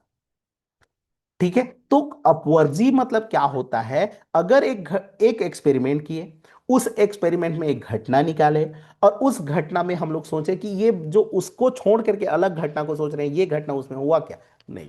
तो वो दोनों घटनाओं को हम लोग बोलते हैं परस्पर अपवर्जी। ठीक है, और परस्पर अपवर्जी अगर घटना है तो उसको हम लोग यूनियन से दोनों को जोड़ते हैं, यूनियन। दोनों के बीच में कंजक्शन कौन होता है? यूनियन। ठीक है, यूनियन इसको हिंदी में क्या बोलते हैं? संग बोलते हैं। और अगर हम लोग इसका वर्ड देखें तो इसका मतलब होता है और, या, है ना, अथवा। ये इसका कंजक्शन है ना, और अथवा या, ये है। ठीक है, और इसकी क्वालिटी ये होती है कि यहां पर ये जो घटना है, ये हमेशा इन दोनों के बीच में कोई चीज कॉमन नहीं रहेगा। मतलब इसके बीच में कोई कॉमन नहीं रहेगा। इसका वेन डायग्राम याद रखिएगा, इसका वेन डायग्राम जरूर बनाइएगा। इसी को मेन फोकस कीजिए, दो घटनाओं को। परस्पर अपवर्जी, स्वतंत्र घटना, अगर ये अच्छे से आपके मन में क्लियर हो गया ना, तो आपका अच्छे से बन जाएगा। है ना, परस्पर अपवर्जी घटना मतलब क्या हुआ कि एक घटना अगर घटित हो गया तो दूसरा घटना की संभावना समाप्त हो जाए। जैसे ये सबसे ज्यादा होता है जीत हार में। अगर मैं बोला कि पहला व्यक्ति जीत गया, अब बोलूंगा दूसरा व्यक्ति भी, ऐसे कैसे हो सकता है? पहला जीता तो दूसरा भी जीत जाएगा क्या? मान लो कोई कंपटीशन है, उसमें पहला इनाम लेना है, तो अगर एक व्यक्ति पहला इनाम ले लिया तो क्या दूसरा व्यक्ति भी वो पहला इनाम पा सकता है? नहीं। अगर पहला पा गया तो दूसरा के वो पाने की संभावना खत्म, या दूसरा दूसरा के वो पहला तो दूसरा वाला नहीं पाया है तो वो उसका वो खत्म। मतलब ये एक दूसरे के घटनाओं को समाप्त कर देते हैं। मतलब ये अगर घट गया तो ये नहीं हो सकता, ये घट गया तो ये नहीं होगा उसी समय। मतलब एक ही साथ पहला और दूसरा दोनों हो सकता है क्या? नहीं। ठीक है, तो यही चीज बोला जा रहा है, परस्पर अपवर्जी का मतलब यही होता है। और यहां पर बस दिमाग में ये याद रखना है कि स्वतंत्र घटना दो प्रयोग होता है। एक्सपेरिमेंट मतलब पहला टॉस किया, दूसरा टॉस किया, मतलब इसमें क्या हुआ? पहला टॉस करोगे तो एक सैंपल स्पेस बनेगा, दूसरा टॉस करोगे तो दूसरा सैंपल स्पेस बनेगा। मतलब क्या होता है, स्वतंत्र घटनाओं में दो सैंपल स्पेस बनते हैं। स्वतंत्र में क्या होता है? दो सैंपल स्पेस होते हैं। ठीक है, जबकि अपवर्जी में एक ही सैंपल स्पेस होता है ना। एक ही सैंपल स्पेस से लिया जाता है, मतलब एक सैंपल स्पेस बन गया उसी से लो, और एक ही बार में लो। ठीक है, तो उसको लेना है उसी सैंपल स्पेस से। तो यहां पर ध्यान दीजिएगा, परस्पर उपरजी उसको कहते हैं। मतलब एक घटना अगर घट गया तो दूसरा घटना के घटने की संभावना पूरी तरह से समाप्त हो जाएगा।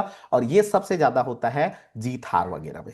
जैसे चुनाव में एक को वोट दे दिए, फिर उस चीज को मतलब दूसरा मतलब वोट वगैरह देना तो अलग भी हो सकता है, क्योंकि दूसरा व्यक्ति उसको दे ना दे वो तो स्वतंत्र घटनाओं के अंतर्गत आ जाते हैं। लेकिन अगर हम लोग जीत हार के बारे में बात करें, जहां पर भी जीत हार होता है, जैसे किसी को पहला इनाम देना है या कोई वो जीत रहा है, तो एक व्यक्ति जीत गया तो दूसरा व्यक्ति भी वो जीत नहीं कर सकता। जैसे दौड़ रहे हैं, है ना, जैसे घोड़ा दौड़ होता है, कहीं पर जीत हार का जो भी वो होता है, वो आपका क्या हो जाता है, परस्पर अपवर्जी के अंतर्गत है। केवल जीत हार नहीं, जरूरी नहीं है कि केवल जीत हार हो, हेड टेल भी एक दूसरे के परस्पर अपवर्जी घटना है। ठीक है, हेड आना क्योंकि वो पूरक घटनाएं हैं। अब हेड आ गया तो टेल नहीं आ सकता, लेकिन एक ही टॉस में। तो हेड और टेल दोनों क्या है, परस्पर अपवर्जी घटना। अब परस्पर अपवर्जी घटना की क्वालिटी ये होती है कि जितने भी घटनाएं हैं, जैसे यहां पर जरूरी नहीं है कि ये पूरक ही हो, बहुत सारे घटना भी हो सकते हैं। जैसे हमारे पास क्या हो सकता है, ये मान लो सैंपल स्पेस है, एस है, इसमें से ए घटना है, ये घटना है, ये घटना है, ये घटना है, माने कुल मिला के ये हो जाएगा जी डिसजॉइंट सेट। जो डिसजॉइंट सेट होता है वो आपका परस्पर अपवर्ती होता है। बस इसको ध्यान देना है, डिसजॉइंट होना चाहिए, ज्वाइंट नहीं होना चाहिए। अगर वो डिसजॉइंट है तो वो क्या होंगे, एक दूसरे के परस्पर अपवर्जी घटनाएं हैं। जैसे इसमें बहुत सारे हैं, तो ये सब एक दूसरे के क्या है, अपवर्जी घटनाएं हैं। और अपवर्जी घटनाओं की क्वालिटी ये होती है, ये अपवर्जी घटनाएं है ना, अपवर्जी घटना तो इस तरह से होता है। ठीक है। अब इसके बाद क्या होता है, जैसे इसका यूनियन से डिनोट किया जाता है, और यहां पर इसका फॉर्मूला होता है, अगर हम लोग P L A union B लिखें, अगर ए और बी अपवर्जी हैं तो वो डिसज्वाइन होंगे, ज्वाइंट नहीं होगा, कॉमन पार्ट नहीं होगा। इस कारण से ये जो होता है दोनों प्रायिकता के सम के बराबर होता है। इसका प्रायिकता निकालो और इसका प्रायिकता निकालो और दोनों को जोड़ना होता है। स्वतंत्र घटना में दोनों को गुणा करना होता है, अपवर्जी घटना में दोनों को जोड़ना रहता है। अगर वो डिसजॉइंट सेट है, अलग अलग है, तो उसको हम लोग क्या कर देते हैं, जोड़ देते हैं। अब इसमें से एक केस और आता है, जैसे देखिए यही चीज दिया गया है, इसको अच्छे से करना है। जैसे देखिए ए इंटरसेक्शन बी क्या होगा, फाइव होगा, मान डिसजॉइंट होता है, ध्यान दीजिएगा यहां पर डिसजॉइंट सेट, डिसजॉइंट सेट होता है। ठीक है, एक ही एक्सपेरिमेंट से लिया जाता है। यहां पर कुछ कुछ लिख दिया हूं, इसको बिल्कुल मन में बिठा लीजिए। जितना बार भी इसको कोशिश कीजिए, 3 4 बार देखिए, क्योंकि सबको इसमें कंफ्यूजन होता ही है। ठीक है, बार बार इसमें होता ही होता है कि कैसे बनेगा, ये कौन सा घटना है, कैसे। हालांकि हम लोग क्या होता है, प्रश्नावली से दिमाग में रटा रटाया रहता है, ये प्रश्नावली ऐसे बनेगा, ये प्रश्नावली ऐसे बना देते हैं, लेकिन पेपर में वैसे थोड़ी आता है, तो उस समय हम लोग कंफ्यूज हो जाते हैं। तो आपका यदि पूरी तरह से कॉन्सेप्ट क्लियर रहेगा तो आप बना सकते हैं। ठीक है, तो इसमें मेन चीज यही तो है। चलिए देखिए, इसमें डिसजॉइंट सेट होगा। ठीक है, अब इसमें से देखिए सबको नोट कर दिया हूं, एक ही प्रयोग से ली जाती है, मतलब इसमें एक ही एक्सपेरिमेंट लेते हैं, एक बार में केवल एक ही घटित हो सकता है, वही चीज लिखा हूं। अपवर्जी घटना को या आर से जोड़ा जाता है, इसका कंजक्शन या आर होता है। ए या बी घटना के घटित होने की प्रायिकता को कुछ इस तरह से लिखा जाता है ना, योग नियम से, ये योग का नियम है ना, ये इसके नियम वगैरह को मैं अभी तो लिखवाया ही नहीं हूँ, नियम वगैरह सीधा घटनाओं में आ गया, तो योग नियम से इसका फॉर्मूला ये होता है।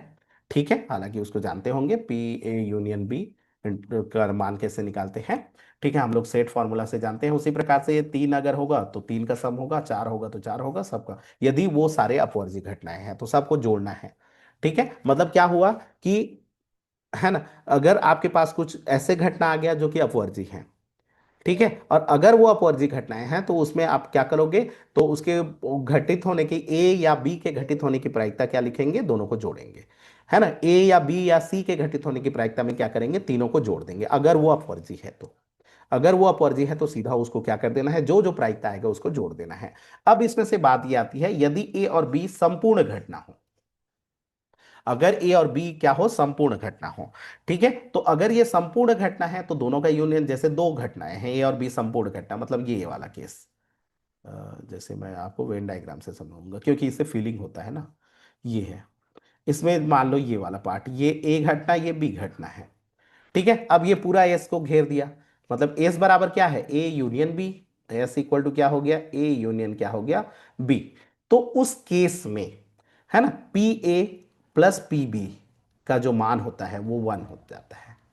ठीक है, क्योंकि इसका यूनियन क्या आ गया, एस के बराबर आ गया, तो इसके ए या बी घटना के घटित होने की प्रायिकता, मतलब ये निकाल रहे हो तो ये इसका जो मान होगा वो किसके बराबर हो जाएगा, वन के बराबर हो जाएगा, क्योंकि ये सैंपल स्पेस बन गया ना, और सैंपल स्पेस बन गया मतलब ए या बी घटना के घटित होने की प्रायिकता क्या हो जाएगा, वन। तो A plus B equal to क्या लिखेंगे, वन लिखेंगे, P A plus P B equal to one लिखेंगे। लेकिन ध्यान रहे, अगर वो संपूर्ण घटना है, मतलब उस सैंपल स्पेस में अब कुछ बचे ही मत, सारी घटनाओं को ले लिया जाए, तो उस कंडीशन में उसको संपूर्ण घटना बोलेंगे। जैसे यहां से फीलिंग होगा आपको, ठीक है, जैसे यहां पर देखिए तीन घटनाएं हैं, ए है, बी है, सी है, ठीक है, और ये ए बी सी सब पूरा कवर कर रहे हैं, ये एस है पूरा, ये जो चौकोन दिख रहा है ये एस है, कुछ भाग नहीं छूटा है, ये वाला भाग सी है, ये वाला बी है, तीन घटनाओं को लिया है, तो पूरा घटना पूरा सैंपल स्पेस के बराबर हो गया। मतलब A union B union C निकालूंगा तो वो क्या को कवर कर दिया, एस को, और जैसे ही ये एस को कवर करेगा तो उसका मान किसके बराबर हो जाएगा, प्रायिकता वन हो जाएगा।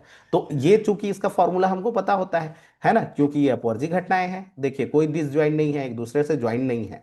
जैसे मान लो ऐसे टच करेंगे तो चल जाएगा, लेकिन अंदर घुसना नहीं चाहिए ऐसे करके, है ना, इंटरसेक्ट नहीं करना चाहिए, ठीक है, इंटरसेक्ट नहीं करेगा, है ना, उन दोनों में कॉमन पार्ट नहीं रहेगा, मतलब टच भी नहीं करना चाहिए, वरना ये वाला भाग कॉमन हो जाता है, थोड़ा सा अलग होना चाहिए, ठीक है, मतलब ये अलग ये अलग। हालांकि यहाँ पर लाइन से हमको ये पता चल रहा है कि ये वाला मतलब इतना को बोल रहे हैं इसमें, और इसमें इतना को बोल रहे हैं, ठीक है, तो इतना छूट गया टाइप का, ऐसा नहीं, मतलब सोचिए उस घटना को, टच भी नहीं करना चाहिए, टच करेगा ना तो दोनों में कॉमन पार्ट हो जाता है, ठीक है। तो उस कंडीशन में वो एस के इक्वल हो जाएगा, और एस के इक्वल हो गया तो P S equal to one होता है, चूंकि हम लोग जानते हैं, और वो अगर परस्पर अपवर्जी है तो उस कंडीशन में उसका सम क्या हो जाएगा, वन हो जाएगा, ठीक है। तो जैसे हमारे पास वो बोला रहता है परस्पर अपवर्जी घटनाएं हैं, पी ए दिया है पी बी दिया है तो पी सी निकालो, तो हम लोग सीधा सा फॉर्मूला उपयोग कर लेते हैं, वो संपूर्ण परस्पर अपवर्जी घटना और संपूर्ण घटना हो जाता है, तीनों घटनाएं दिया है तो तीन ही घटना रहता है, तो जो नहीं दिया है मतलब इसका मतलब ये हम लोग समझते हैं कि वो संपूर्ण घटना है, तो उस कंडीशन में उसका सम क्या हो जाएगा, हमेशा वन इक्वल हो जाएगा, ठीक है। अगर ए बी, है ना, ए बी सी, ये क्या है, म्यूचुअली एक्सक्लूसिव है, प्लस प्लस जो है ये है, ये एग्जिस्टिव है, मतलब संपूर्ण घटना है। हालांकि अभी संपूर्ण घटना ही नहीं बताया हूं, संपूर्ण कहने का मतलब क्या होता है कि जब उनका यूनियन सैंपल स्पेस के बराबर हो जाता है तो उसको हम लोग संपूर्ण घटना बोलते हैं। लेकिन संपूर्ण घटना के भी दो केस होते हैं, संपूर्ण घटना दो टाइप के प्रकार बन सकते हैं।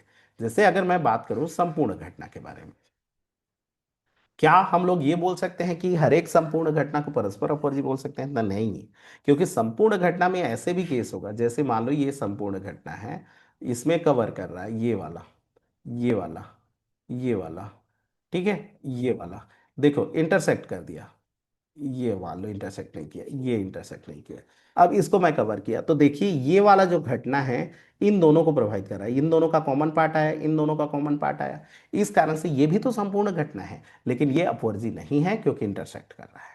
अगर ये इंटरसेक्ट ना करे, जैसे कुछ ले लो अलग अलग, one two three four five, पांच घटना ले लिया, तो वो क्या हो जाएगा, परस्पर अपवर्जी हो जाएगा। परस्पर अपवर्जी मतलब बिल्कुल इंटरसेक्ट नहीं करना चाहिए, है ना, उसमें बिल्कुल वो नहीं होना चाहिए, कॉमन पार्ट तो होना ही नहीं चाहिए, तो इसको दिमाग में याद रखिएगा कि कॉमन पार्ट बिल्कुल नहीं होता है। अब ये कौन कौन चीज होता है, तो जहां जीत हार आ गया, चयन आ गया, जैसे पोस्ट में चयन होता है, एक पोस्ट में चयन लेना है, पहला पोस्ट मेरे को लेना है, अब पहला पोस्ट अगर एक ले लिया तो दूसरा व्यक्ति क्या उसी को ले सकता है, तो नहीं, दूसरा व्यक्ति के लिए वो जो पाना है वो खत्म हो जाता है। तो ऐसे केस जहां जहां आते हैं ना, वहां पर हमारे पास क्या वर्ड आ जाता है, परस्पर अपवर्जी घटना, ठीक है। जैसे इसी में एग्जांपल के तौर पर मैं लिख दिया हूं, परस्पर अपवर्जी घटनाओं के अंतर्गत क्या है, पहला एक पोस्ट का चयन होना, रेस में जीतना, माने जीतना हारना तो ये फिक्स है ना, जहां पर जीत हार होता है घुड़दौड़ वगैरह, वो आपका अपवर्जी होता है। और अगर कहीं पर अपवर्जी बोला है या फिर सोचना पड़ेगा आपको,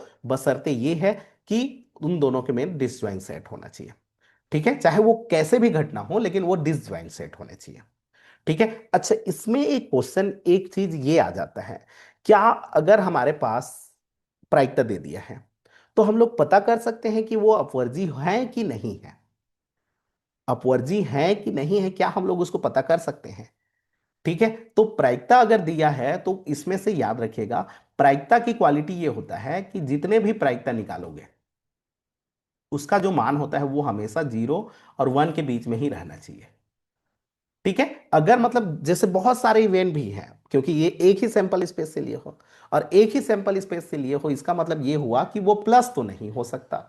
देखिए, अगर मैं बात करूं यहां पर थोड़ा सा आपको एक चीज और फीलिंग दे दे रहा हूं, क्योंकि ये क्वेश्चन है। जैसे हमारे पास ये एक सैंपल स्पेस है, अब मैंने ये घटना लिया, ये घटना लिया, ये घटना लिया, ये घटना लिया, अब इन सब को जोड़ूंगा, ठीक है।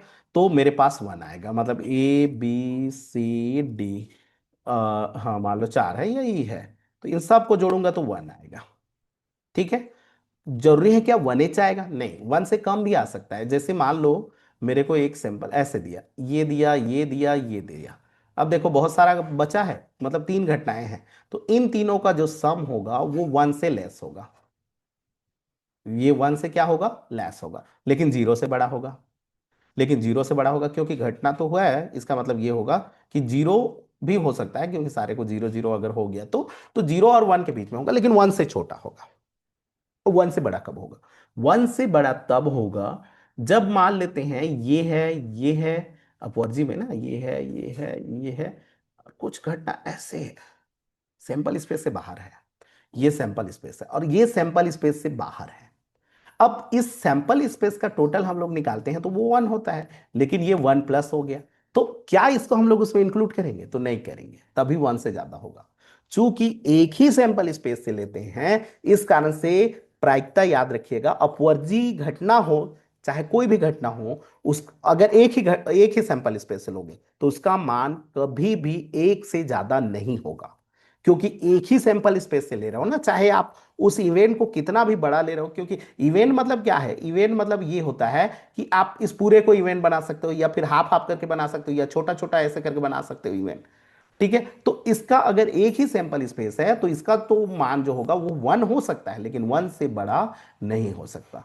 क्योंकि क्वेश्चन आएगा कि अगर क्वेश्चन ये दे दिया कि ए घटना, बी घटना, सी घटना के घटित होने की प्रायिकता ये फलना है, मतलब ये है, ये है, आप पता कीजिए कि क्या ये अपवर्जी घटना है, परस्पर अपवर्जी घटना है। तो अब देखिए वहां पर तो आपको प्रायिकता दे दिया है, अब प्रायिकता दे दिया है, अब उसमें बोला है कि क्या यह अपवर्जी घटना है।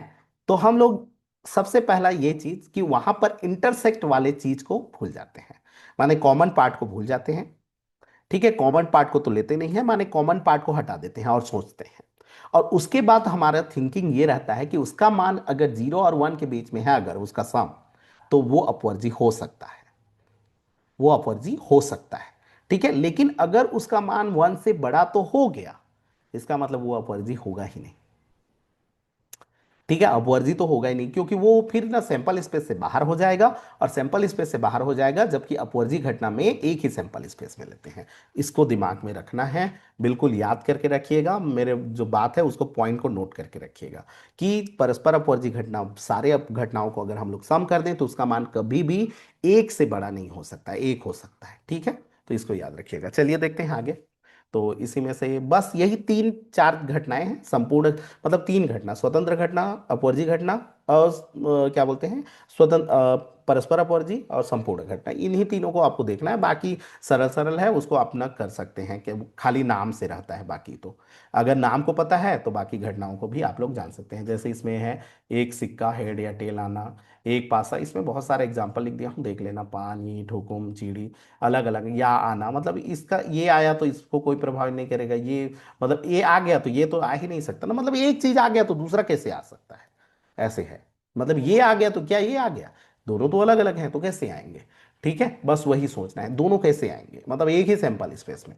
तो उसी को थोड़ा सा ना, आप जब भी कंफ्यूजन होंगे तो एक वेन डायग्राम बनाइएगा, क्योंकि स्वतंत्र घटना, नहीं सॉरी, अपवर्जी घटना का वेन डायग्राम बनता है। रीजन, क्योंकि वो एक ही सैंपल स्पेस से होता है, माने एक ही बार आपको करना पड़ेगा जो भी करना है, ठीक है। वो एक ही सैंपल स्पेस बनना चाहिए, भले ही आप कितना भी चीज को टॉस करो, जैसे एक पासा एक सिक्का को एक साथ टॉस कर दो, दो उपकरण हैं तो भी कोई दिक्कत नहीं, सिंपल स्पेस तो एक ही बनेगा ना, तो उसी एक ही सैंपल स्पेस से लेना है, ठीक है। उसके बाद देखिएगा संपूर्ण घटनाएं, अगर सबका यूनियन जो है वो एस के बराबर हो तो उसको संपूर्ण घटनाएं बोलते हैं। जैसे ये संपूर्ण घटनाएं हैं, देखिए, है ना, इसका कॉमन पार्ट वो है, फाई है, इस कारण से ये म्यूचुअली एक्सक्लूसिव भी है, ठीक है। कॉमन पार्ट अगर दे दिया रहेगा ना तो हमको एकदम पता चल जाता है कि वो अपवर्जित तो होगा ही नहीं, सॉरी जी, अब कॉमन पार्ट अगर दिया है ना तो डिसाइड कर सकते हैं कि वो अपवर्जी है कि नहीं है, हम एक्चुअली इस, है ना, एम ई होगा कि नहीं होगा उसको देख सकते हैं। ठीक है, चलिए देखिए, अगर ये जरूरी नहीं है ऐसे हो ना, तो ये इसका मान किसके बराबर होता है, वन होता है ना। बाहर यादृच्छिक प्रयोग में घटना घटित ना हो तथा कम से कम एक घटना प्रत्येक प्रयोग में घटित हो, है ना, ये सारे इसमें से ये बोला है बाहर यादृच्छिक प्रयोग में, मतलब बाहर यादृच्छिक प्रयोग में घटना घटित ना हो, है ना, मतलब वो घटना के ना घटित होने की या कम से कम एक घटना के प्रत्येक घटना में घटित हो। इसमें से देखिए एक सिक्का वाला ये म्यूचुअली एक्सक्लूसिव है प्लस संपूर्ण है, क्योंकि ये सबको कवर कर रहा है।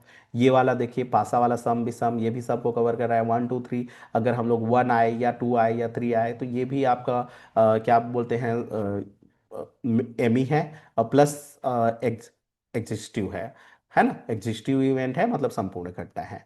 ठीक है, थैला से गेंद निकालते हैं तो एनसीआर का उपयोग करते हैं, यहाँ उसका वो कर लीजिएगा।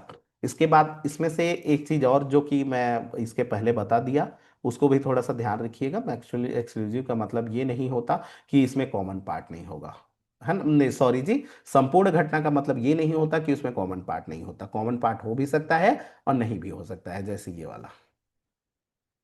ठीक है, मतलब कॉमन भी हो सकता है, ये ऐसे कॉमन पार्ट भी रहेंगे, तो भी ये मतलब सारे घटना मिल करके, अगर सारे घटना मिल करके, सारे घटना जितने भी हैं, है ना, वो मिल करके हमको क्या बना दें, जो भी मान लो जेड लिया, तो ये घटना मिल करके हम लोगों को एस दे दें, तो उसको हम लोग बोलते हैं संपूर्ण घटना। अब संपूर्ण घटना में ये जरूरी नहीं होता उसका कॉमन पार्ट भी होता है, क्योंकि सेट में जानते हो कि डबल नहीं लेते हैं। ठीक है, यहां पर देखिए सब जगह वही सेट है, सेट सेट सेट आ रहा है। ठीक है, लेकिन एकदम उसको पूरी तरह से सेट वो नहीं करते हैं ना, इसमें ध्यान दीजिएगा। चलिए देखते हैं नेक्स्ट, अगला।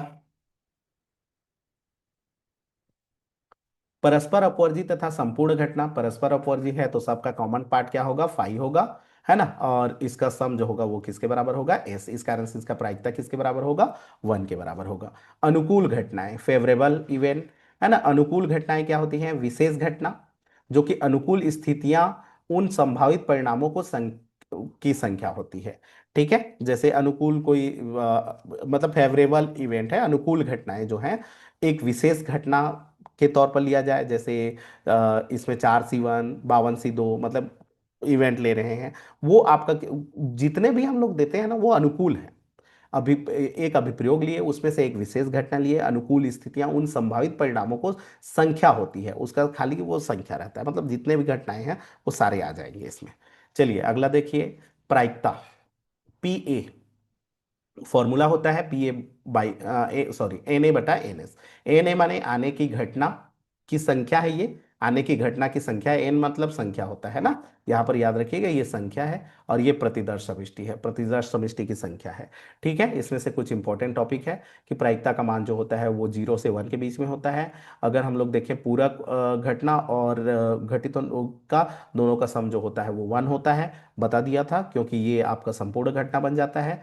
पी ए बटा बी धन पी ए, जो बार दिया है ना, इसका पूरक, तो ये भी 1 होता है, अगर बटा में है तो भी 1 होता है ना, ऐसे। ठीक है, ये जब आएगा ना तो हम लोग देखेंगे ये क्या चीज है। जब हम लोग प्रतिबंधी प्रायिकता पढ़ेंगे ना तो वहां पर बटा आ जाता है, बटा का मतलब क्या होता है वो बताऊंगा। उसी प्रकार से पी फाइव का मान 0 होता है, पी एस का मान 1 होता है, पी ए माइनस बी का मतलब होता है पी ए में पी इंटरसेक्शन बी को सब्ट्रैक्ट करना, पी ए माइनस बी का मतलब वही होता है एक घटना के घटित होने की प्रायिकता जब उसमें तो दोनों वाला कॉमन पार्ट नहीं होना चाहिए, एक ओनली ए बोलते हैं इसको, हम लोग क्या बोलते हैं, ए माइनस बी को, इससे पहले हम लोग सेट में पढ़ते थे ओनली क्या पढ़ते हैं, ओनली ए। तो ओनली ए घटना के घटित होने की प्रायिकता निकालेंगे तो उसका इंटरसेक्शन को हटा दीजिए। ठीक है, वो आ जाएगा। इसके बाद आता है सहयोगानुपात, यहाँ पर ये वर्ड याद रखिएगा, सहयोगानुपात माने एक घटित होने की प्रायिकता। ठीक है, और प्रतिकूल संयोगानुपात मतलब होता है ना घटित होने की प्रायिकता, यहां पर वर्ड में याद रखना, घटित होने की प्रायिकता, और इसका मतलब होता है ना घटित होने की प्रायिकता, ना घटित होने की प्रायिकता। ठीक है, तो अनुपात में रहेगा बस ये। अब इसमें से अनुपात रहता है तो बहुत लोगों को कंफ्यूजन रहता है कि जैसे हमारे पास एक दे दिया अनुकूल संयोग अनुपात, बहुत लोग कंफ्यूज हो जाते हैं, 2:1 अनुकूल दे दिया, अनुकूल संयोग अनुपात लिखा है। ठीक है, और 2:1, तो वो सोचते हैं ये 2/1 है, और सोचते हैं ये कैसे हो सकता है, ये तो प्रायिकता है और घटित होने की प्रायिकता है, और हम जानते हैं कि बड़ा संख्या ऊपर में रहेगा मतलब एक से बड़ा हो जाएगा, ऐसे हो ही नहीं सकता। तो ऐसे नहीं है ये। संयोगानुपात में कोई भी आगे वाला नंबर, पीछे वाला नंबर, कोई भी बड़ा हो छोटा हो सकता है, उससे कोई दिक्कत नहीं है। ठीक है, इसमें ये मत सोचिएगा कि सामने वाला नंबर बड़ा हो गया तो ये प्रायिकता नहीं है, क्योंकि इसको बनाने के लिए ऐसे करते हैं, जैसे अनुपात है, तो अगर ये अनुपात है तो इसको प्रायिकता अगर हम लोग बनाएंगे ना, तो ये बनता है ए, मतलब ये वाला को लिखते हैं ऊपर वाले को, और नीचे में दोनों का सम लिखते हैं। ठीक है, अब ये किसकी प्रायिकता बनती है, वो डिपेंड करता है वर्ड, है ना। ये जो अनुपात है, अगर अनुपात को हमको प्रायिकता बनाना है, तो प्रायिकता बनाने के लिए हमारे पास क्या होता है, प्रायिकता अगर हम लोग बनाएं, प्रायिकता बनाएं तो उसके लिए हमारे पास होगा A/A-B,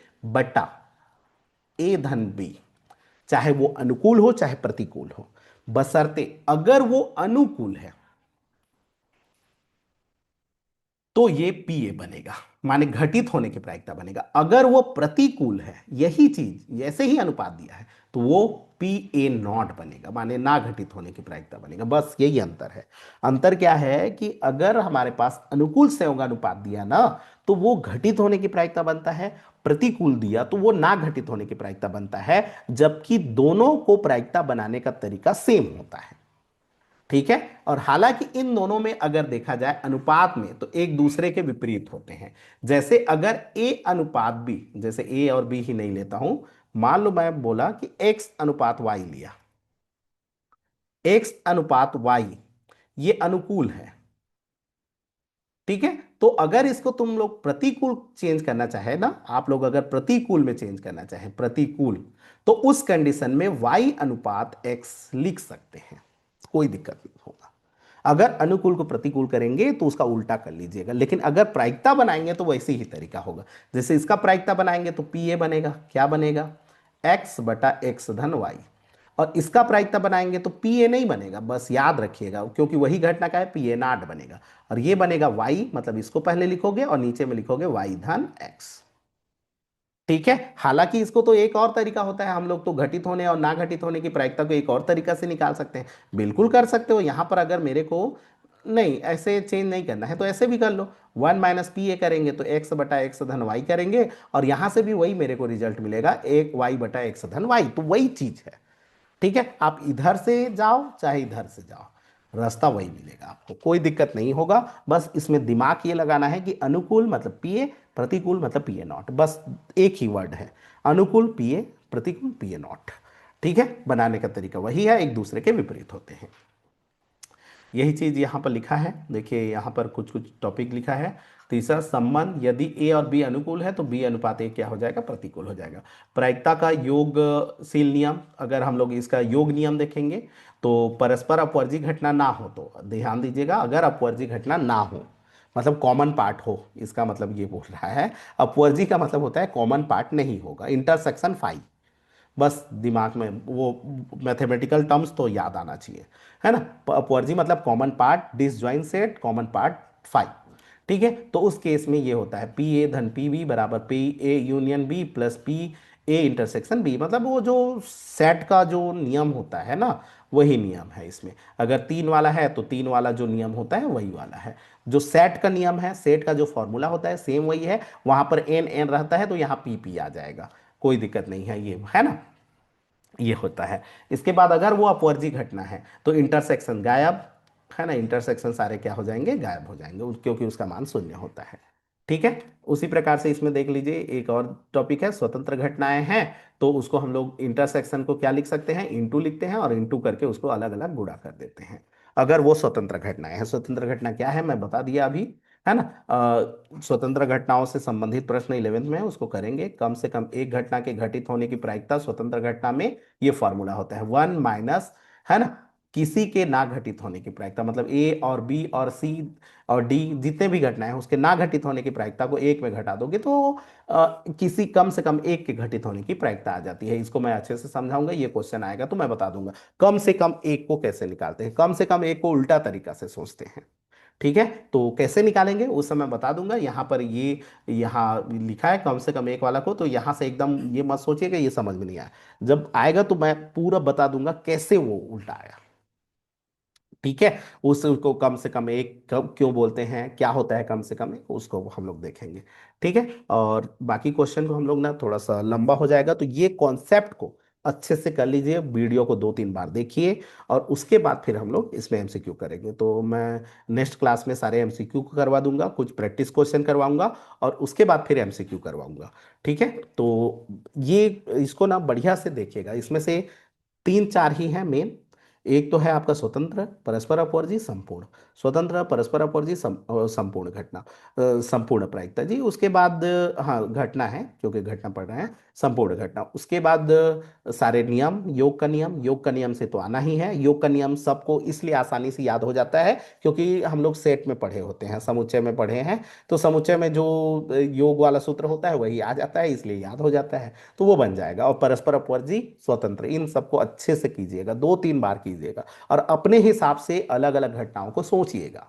ठीक है, और बुक में देख लीजिएगा जो स्वतंत्र है क्यों उसमें स्वतंत्र लिखा है, उस क्वेश्चन को देखिएगा और खुद सोचिएगा, फील कीजिएगा, उसके बाद कीजिएगा, ताकि आपका कभी भी गलती नहीं होगा।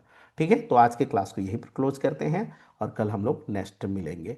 ठीक है, और आप लोग ना ये इस तरह से पीपीटी से मैं वो करवा दूंगा, फिर एमसीक्यू कुछ क्वेश्चन जो कि मैं अपने हिसाब से ले लूंगा, और मेरे जितना ले रहा हूँ उसी से आप नहीं कवर कर सकते, आपको प्रैक्टिस करना पड़ेगा। ठीक है, आप क्वेश्चन उठाइए, प्रैक्टिस कीजिए, नहीं बनता है तो भेजिए, है ना, उसके लिए तो हम हैं, बताएंगे जी।